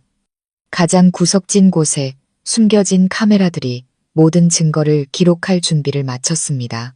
그리고 마침내 운명의 밤이 찾아왔습니다. 그날은 천둥번개가 치는 비바람 부는 밤이었습니다. 아마도 그들은 비바람 소리가 비정상적인 소음들을 덮어주길 바라며 이날을 택했을 겁니다. 밤 11시쯤 저와 박시우가 깊이 잠든 척하고 있을 때 방문 자물쇠가 아주 조용히 철컥하는 소리가 들렸습니다. 심장이 터질 듯이 뛰었습니다. 그들이 왔습니다. 저는 박시우에게 조용히 신호를 보냈습니다. 그는 미동도 없었지만 저는 그가 완전히 깨어 모든 상황에 대비하고 있음을 알았습니다. 문이 소리 없이 천천히 열리고 두 개의 그림자가 살금살금 들어왔습니다. 김 여사와 민준 씨였습니다. 복도에서 희미하게 새어들어오는 불빛 속에서 저는 김 여사의 손에 투명한 액체가 담긴 주사기가, 민준 씨의 손에는 커다란 베개가 들려있는 것을 보았습니다. 그들이 무엇을 하려는지 짐작할 필요도 없었습니다. 그녀는 박시우에게 독극물, 아마도 심장마비를 유발할 다량의 약물을 주사하려 했을 겁니다. 그리고 민준 씨의 베개는 약이 듣지 않을 경우를 대비한 것이겠죠. 그가 직접 형을 질식시키기 위해서 누군가 제 심장을 쥐어짜는 것 같았습니다. 제가 한때 사랑했던 남자가 이제는 자신의 친형을 죽일 준비를 하고 있다는 사실을 믿을 수 없었습니다. 그들의 악랄함은 인간성의 한계를 넘어섰습니다. 저는 두려움 때문이 아니라 분노 때문에 온몸이 떨렸습니다. 저는 조용히 녹음 단추를 누르고 카메라가 달린 머리핀을 그들 쪽으로 향하게 했습니다. 그들은 박시우가 누워있는 침대로 천천히 다가왔습니다. 빨리 해요, 어머니. 민준 씨가 긴장으로 떨리는 목소리로 속삭였습니다. 빨리 끝내고 정리해야죠. 조용히 해. 김 여사가 쏘아붙였습니다. 그녀는 박시우의 소매를 걷고 정맥을 찾았습니다. 그 순간 그녀의 눈에는 인간적인 감정이라곤 찾아볼 수 없었습니다. 먹이를 덮치기 직전의 독사처럼 차갑고 잔인한 눈빛만이 번뜩였습니다. 하지만 주삿바늘이 박시우의 피부에 닿으려는 바로 그 순간 퍽 하는 둔탁한 소리가 울렸습니다. 깊이 잠들어 있던 박시우가 갑자기 눈을 뜨고 한 손으로 김 여사의 손목을 낚아채 세게 움켜쥐었습니다. 그녀의 손에 있던 주사기는 바닥에 떨어져 산산조각 났습니다. 그의 다른 손은 번개처럼 민준 씨의 손에서 베개를 빼앗았습니다. 지금 뭐 하는 겁니까? 그가 벌떡 일어나 앉으며 말했습니다. 그의 목소리는 더 이상 어눌하지 않았습니다. 차갑고 날카로운 강철 같은 목소리였습니다. 김 여사 모자는 그 자리에 얼어붙었습니다. 그들은 자신의 눈을 믿을 수 없었습니다. 자신들이 수년간 키워온 그 미치광이가 어떻게 너, 김 여사가 새하얗게 질린 얼굴로 말을 더듬었습니다. 너 안 미쳤었어. 미친 척 연기한 거야. 그렇습니다. 박시우가 비웃었습니다. 쓰라리고 증오에 찬 웃음이었습니다. 두 분의 은혜 덕분에 지난 10년간 이 연극을 해야만 했죠. 하지만 오늘 이 연극은 막을 내릴 때가 됐습니다. 말도 안 돼. 네가 우릴 속였어. 민준 씨가 소리쳤습니다. 공포가 분노로 변한 듯했습니다. 그는 박시우에게 덤벼들었지만 자신이 그저 온실 속 화초처럼 자란 도련님이라는 사실을 잊고 있었습니다. 반면 박시우는 미친 척하면서도 수년간 꾸준히 체력을 단련해왔습니다. 박시우는 한 손만으로도 민준 씨를 쉽게 바닥에 내동댕이 쳤습니다. 너 뭘 어쩌려는 거야? 김 여사가 뒷걸음질 치며 떨었습니다. 내가 내 어미야. 날 해치면 안 돼. 어미? 박시우가 으르렁거렸습니다. 당신이 그 단어를 입에 담을 자격이 있습니까? 어떤 어미가 전처 자식을 독살하려 하고 재산을 빼앗으려 음모를 꾸미고 결국에는 죽이려고 합니까? 당신은 내 어머니가 아니야. 당신은 악마야. 그가 그녀를 향해 한 걸음씩 다가갔습니다. 그녀는 공포에 질려 물러서다 벽에 등이 부딪혔습니다. 더 이상 도망칠 곳이 없었습니다. 오지마, 오지마, 여보, 민준아, 엄마 좀 살려줘. 바로 그때였습니다. 쾅!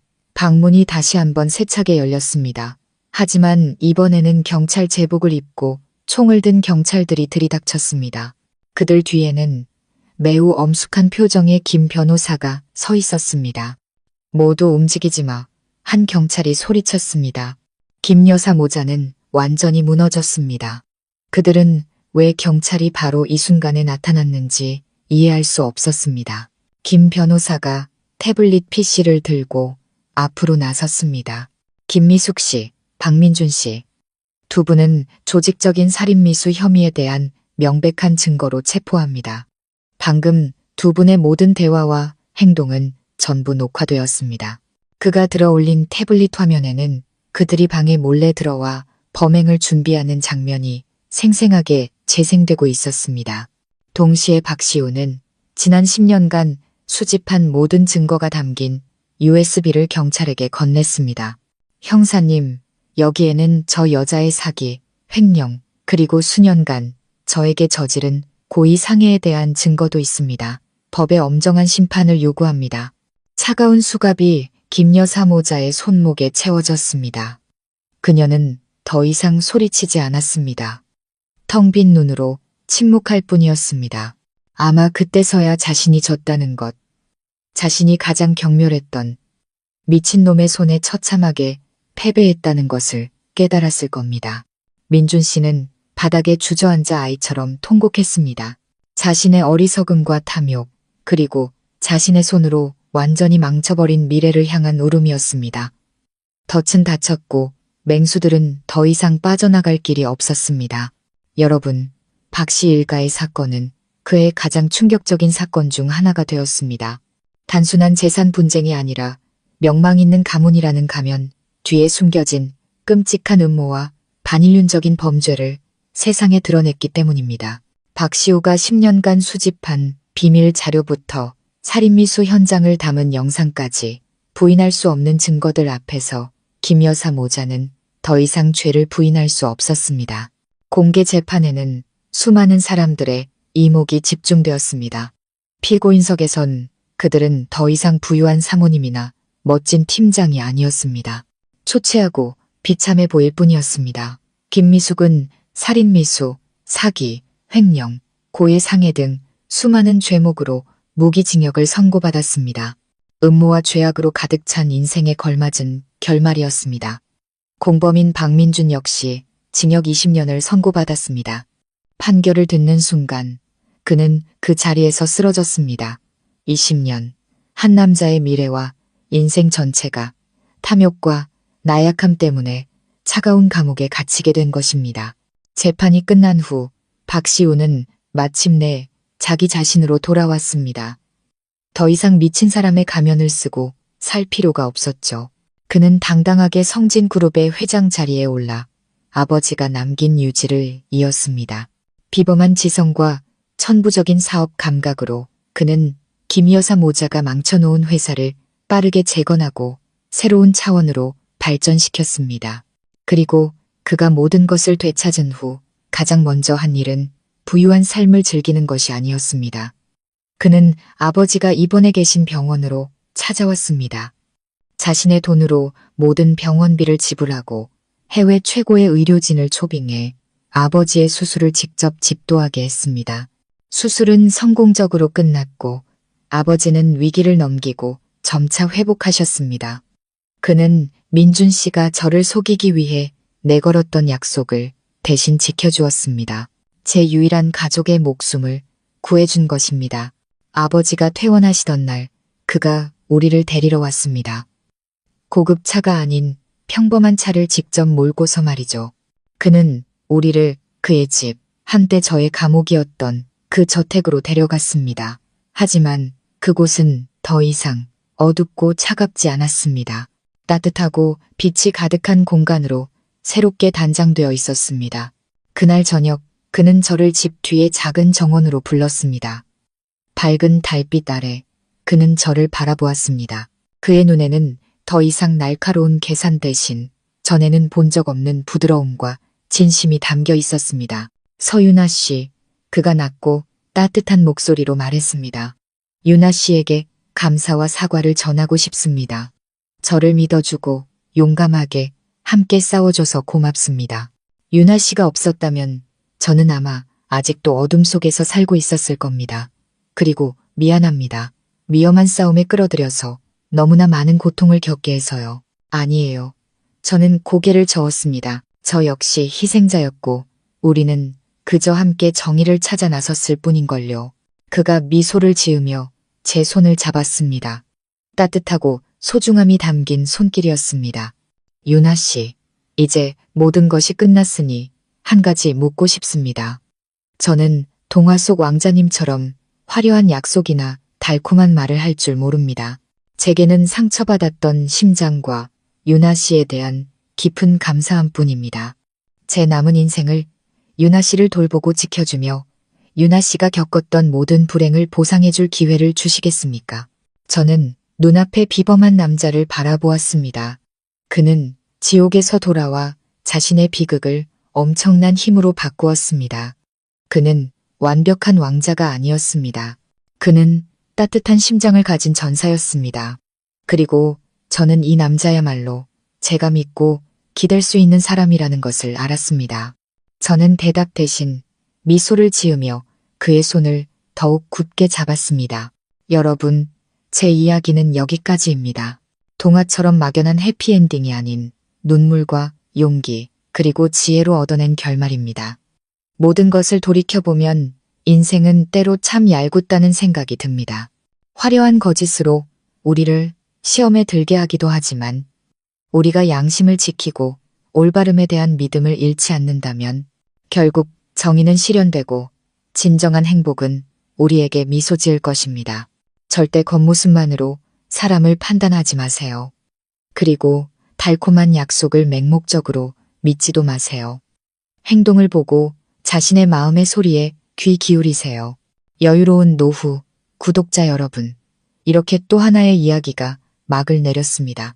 거짓된 행복의 정점에서 배신과 절망의 나락으로 떨어졌다가 그 잿더미 위에서 강인하게 다시 일어선 서윤아 씨의 여정은 우리 각자의 마음에 많은 생각과 여운을 남겼을 겁니다. 이것은 단순히 음모와 복수에 대한 흥미진진한 이야기가 아니라 우리가 어떻게 사람을 보고 역경에 맞서며 행복의 진정한 가치를 찾아야 하는지에 대한 값비싼 교훈이기도 합니다.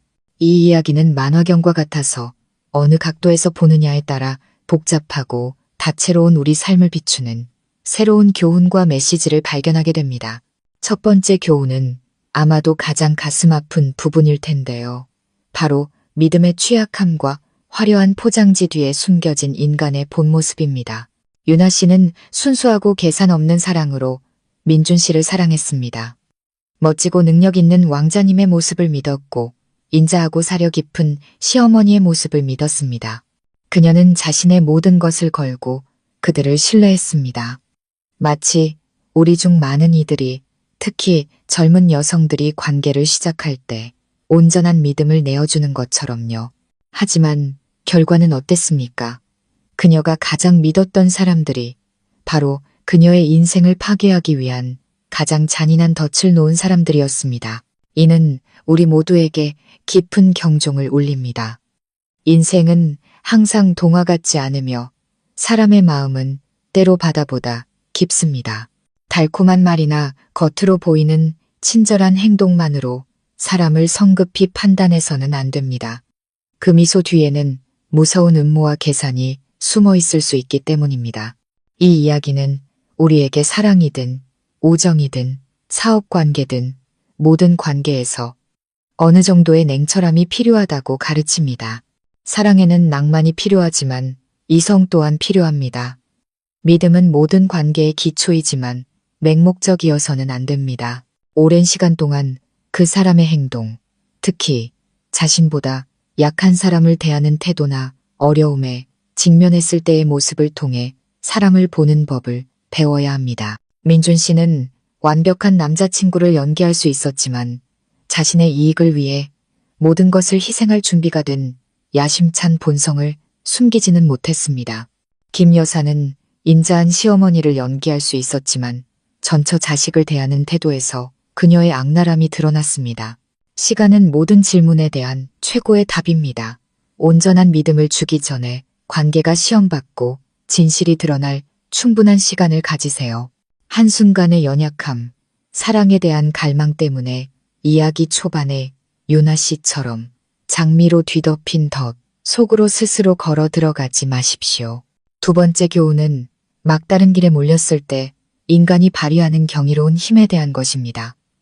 바로 박시호의 생존과 서유나의 변화 이야기죠. 15살 소년 박시우는 자신을 정신병자로 만들려는 끔찍한 음모 앞에서 무너지지 않았습니다. 그는 아무도 상상하지 못한 길, 바로 미친 척하는 길을 선택했습니다. 10년 동안 그는 세상의 눈에는 그림자이자 폐인으로 살았지만 그의 내면에서는 결코 꺼지지 않는 불꽃이 타오르고 있었습니다. 그는 조용히 배우고 단련하고 증거를 수집하며 완벽한 복수를 계획했습니다. 그의 인내력과 의지 그리고 지혜는 실로 경이롭습니다. 이는 가장 혹독한 환경 속에서 인간이 스스로도 몰랐던 잠재력을 발휘할 수 있음을 보여줍니다. 약한 처지에 있는 사람을 절대 얕보지 마십시오. 그들이 속으로 무엇을 계획하고 있는지, 그리고 그들이 일어섰을 때 그 힘이 얼마나 무서운지 알 수 없기 때문입니다. 박시우의 이야기는 한 걸음 물러서는 것은 세 걸음 나아가기 위함이라는 말의 증거입니다. 때로는 인내하고 몸을 낮추는 것이 비겁함이 아니라 더 강력하고 결정적인 반격을 위한 전략이자 준비일 수 있습니다. 그리고 서유나는 순하고 연약했던 여인이 절체절명의 위기에 처했을 때 울며 애원하는 길을 선택하지 않았습니다. 그녀는 깨진 사기, 조각 하나만으로 저항하는 길을 선택했습니다. 비록 절망 속에서 나온 행동이었지만 그것은 짓밟힐 수 없는 강인한 생명력과 자존감을 보여주었습니다. 그리고 박시호의 동맹이 된 후 그녀는 희생자에서 전사로 빠르게 변모했습니다. 그녀는 똑똑하고 용감했으며 매우 결단력 있었습니다. 이 두 사람의 이야기는 가장 위험한 곳이 가장 안전한 곳이며 막다른 길에 몰렸을 때는 물러서지 말고 그 벽을 디딤돌 삼아 더 높이 뛰어오르라는 말을 증명합니다. 우리 인생에서 누구든 역경을 만나고 막다른 길에 몰릴 때가 있습니다. 그럴 때 좌절하거나 포기하지 마세요. 서유나와 박시우를 기억하세요.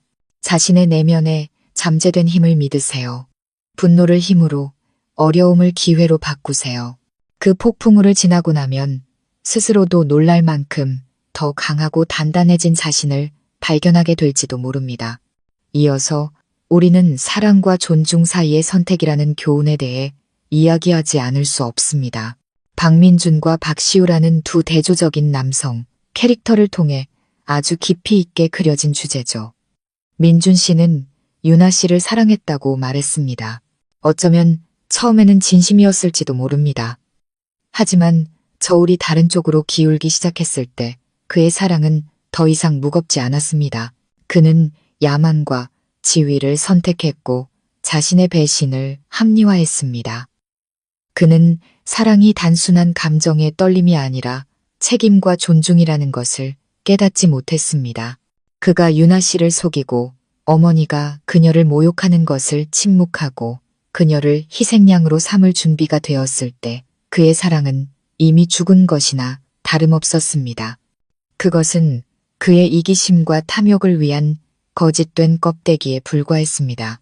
반대로 박시호는 화려한 약속으로 유나 씨에게 다가가지 않았습니다. 그들의 관계는 경계심에서 시작해 공감으로 그리고 신뢰와 사랑으로 발전했습니다. 그는 그녀에게 부유한 미래를 약속하지 않았습니다. 그는 그저 조용히 행동으로 함께 싸우고 위험으로부터 그녀를 보호했습니다. 이야기 마지막에 그가 한 고백은 약속이 아니라 깊은 존중과 감사였습니다. 제 남은 인생을 유나 씨를 돌보고 지켜줄 기회를 주시겠습니까? 이는 사랑에 대한 중요한 진실을 보여줍니다. 진정한 사랑은 처음에 설레는 감정뿐만 아니라 존중과 이해, 그리고 함께 폭풍 후에 맞설 준비가 된 토대 위에 세워져야 합니다. 진정으로 당신을 사랑하는 남자는 결코 당신을 어떤 물질적 이익과도 비교하지 않을 것입니다. 진정으로 당신을 사랑하는 남자는 당신이 상처받는 것을 침묵하지 않을 것입니다. 그가 부유하지 않고 지위가 없을 수는 있지만 당신을 지켜줄 든든한 어깨와 모든 어려움 앞에서 당신 편에 서줄 용감한 심장을 가졌을 것입니다. 민준 씨는 그러지 못했고 미치광이의 탈을 쓴 박시호는 해냈습니다. 이 이야기는 여성분들에게 평생을 함께할 남자를 선택할 때 그가 가진 것만을 보지 말고 당신을 위해 무엇을 할 준비가 되어 있는지를 보라고 말해줍니다. 그가 하는 말만 듣지 말고 어려움이 닥쳤을 때 그가 어떻게 행동하는지를 보세요. 존중과 용기가 없는 사랑은 인생의 유혹 앞에서 조만간 시들기 마련이니까요. 그리고 마지막으로 이 이야기가 주는 또 하나의 중요한 교훈은 바로 가족이라는 두 글자의 의미입니다. 이야기는 가족에 대한 두 가지 상반된 그림을 보여줍니다. 한쪽은 김 여사와 민준 씨의 가족입니다. 계산과 속임수, 탐욕 위에 세워진 가족이죠. 그곳에서 모성애는 독단적인 통제로 변질되고 형제애는 거래의 대상이 되며 그 결과 그 가족은 서로를 파괴하고 함께 법의 심판을 받게 됩니다. 하지만 다른 한편으로 우리는 피는 섞이지 않았지만 무조건적인 사랑으로 맺어진 또 다른 가족의 모습을 봅니다. 바로 유나 씨와 그녀의 아버지입니다. 어려운 환경 속에서도 서로를 의지하며 살아온 그들의 유대감은 유나 씨가 비극 앞에서도 타락하지 않고 선한 인격을 지킬 수 있었던 단단한 기반이 되어 주었습니다. 이는 가족이 반드시 혈연으로만 정의되는 것이 아니라는 것을 보여줍니다. 진정한 가족이란 사랑과 나눔, 희생이 있는 곳이며 어떤 풍파 속에서도 우리에게 굳건한 버팀목이 되어주는 존재입니다. 절대 가족을 짐으로 여기거나 혈연을 이기적인 목적을 위해 이용하지 마세요. 가족이라는 신성한 연결고리를 잃는다면 온 세상을 얻는다 해도 당신은 가장 외롭고 가난한 사람일 뿐입니다. 서유나의 이야기는 정의롭고 완전한 결말을 맺었습니다. 권선징악의 교훈을 주었고 관계에서의 현명함, 인간의 잠재력, 그리고 사랑과 가족의 진정한 가치에 대해 가르쳐 주었습니다. 이 이야기를 통해 우리 모두 각자의 삶을 위한 귀중한 교훈을 얻어 더 의미 있고 행복하며 인간적인 삶을 살아가시기를 바랍니다. 서유나와 박시우의 극적인 여정에 대해 어떻게 느끼셨나요? 어떤 교훈이 여러분의 마음에 가장 깊은 인상을 남겼습니까? 아래 댓글에 여러분의 생각과 마음을 공유해 주세요. 여러분의 모든 공유는 우리가 함께 배우고 더 나은 공동체를 만들어 나가는데 소중한 선물이 될 것입니다. 저희 여유로운 노후 채널과 이처럼 깊이 있는 가치를 담은 이야기들을 사랑해 주신다면 구독 버튼과 옆에 있는 작은 종 모양을 눌러 가장 먼저 새로운 이야기를 만나보세요. 귀 기울여 주시고 함께 해주셔서 진심으로 감사합니다. 다음 이야기에서 다시 뵙겠습니다.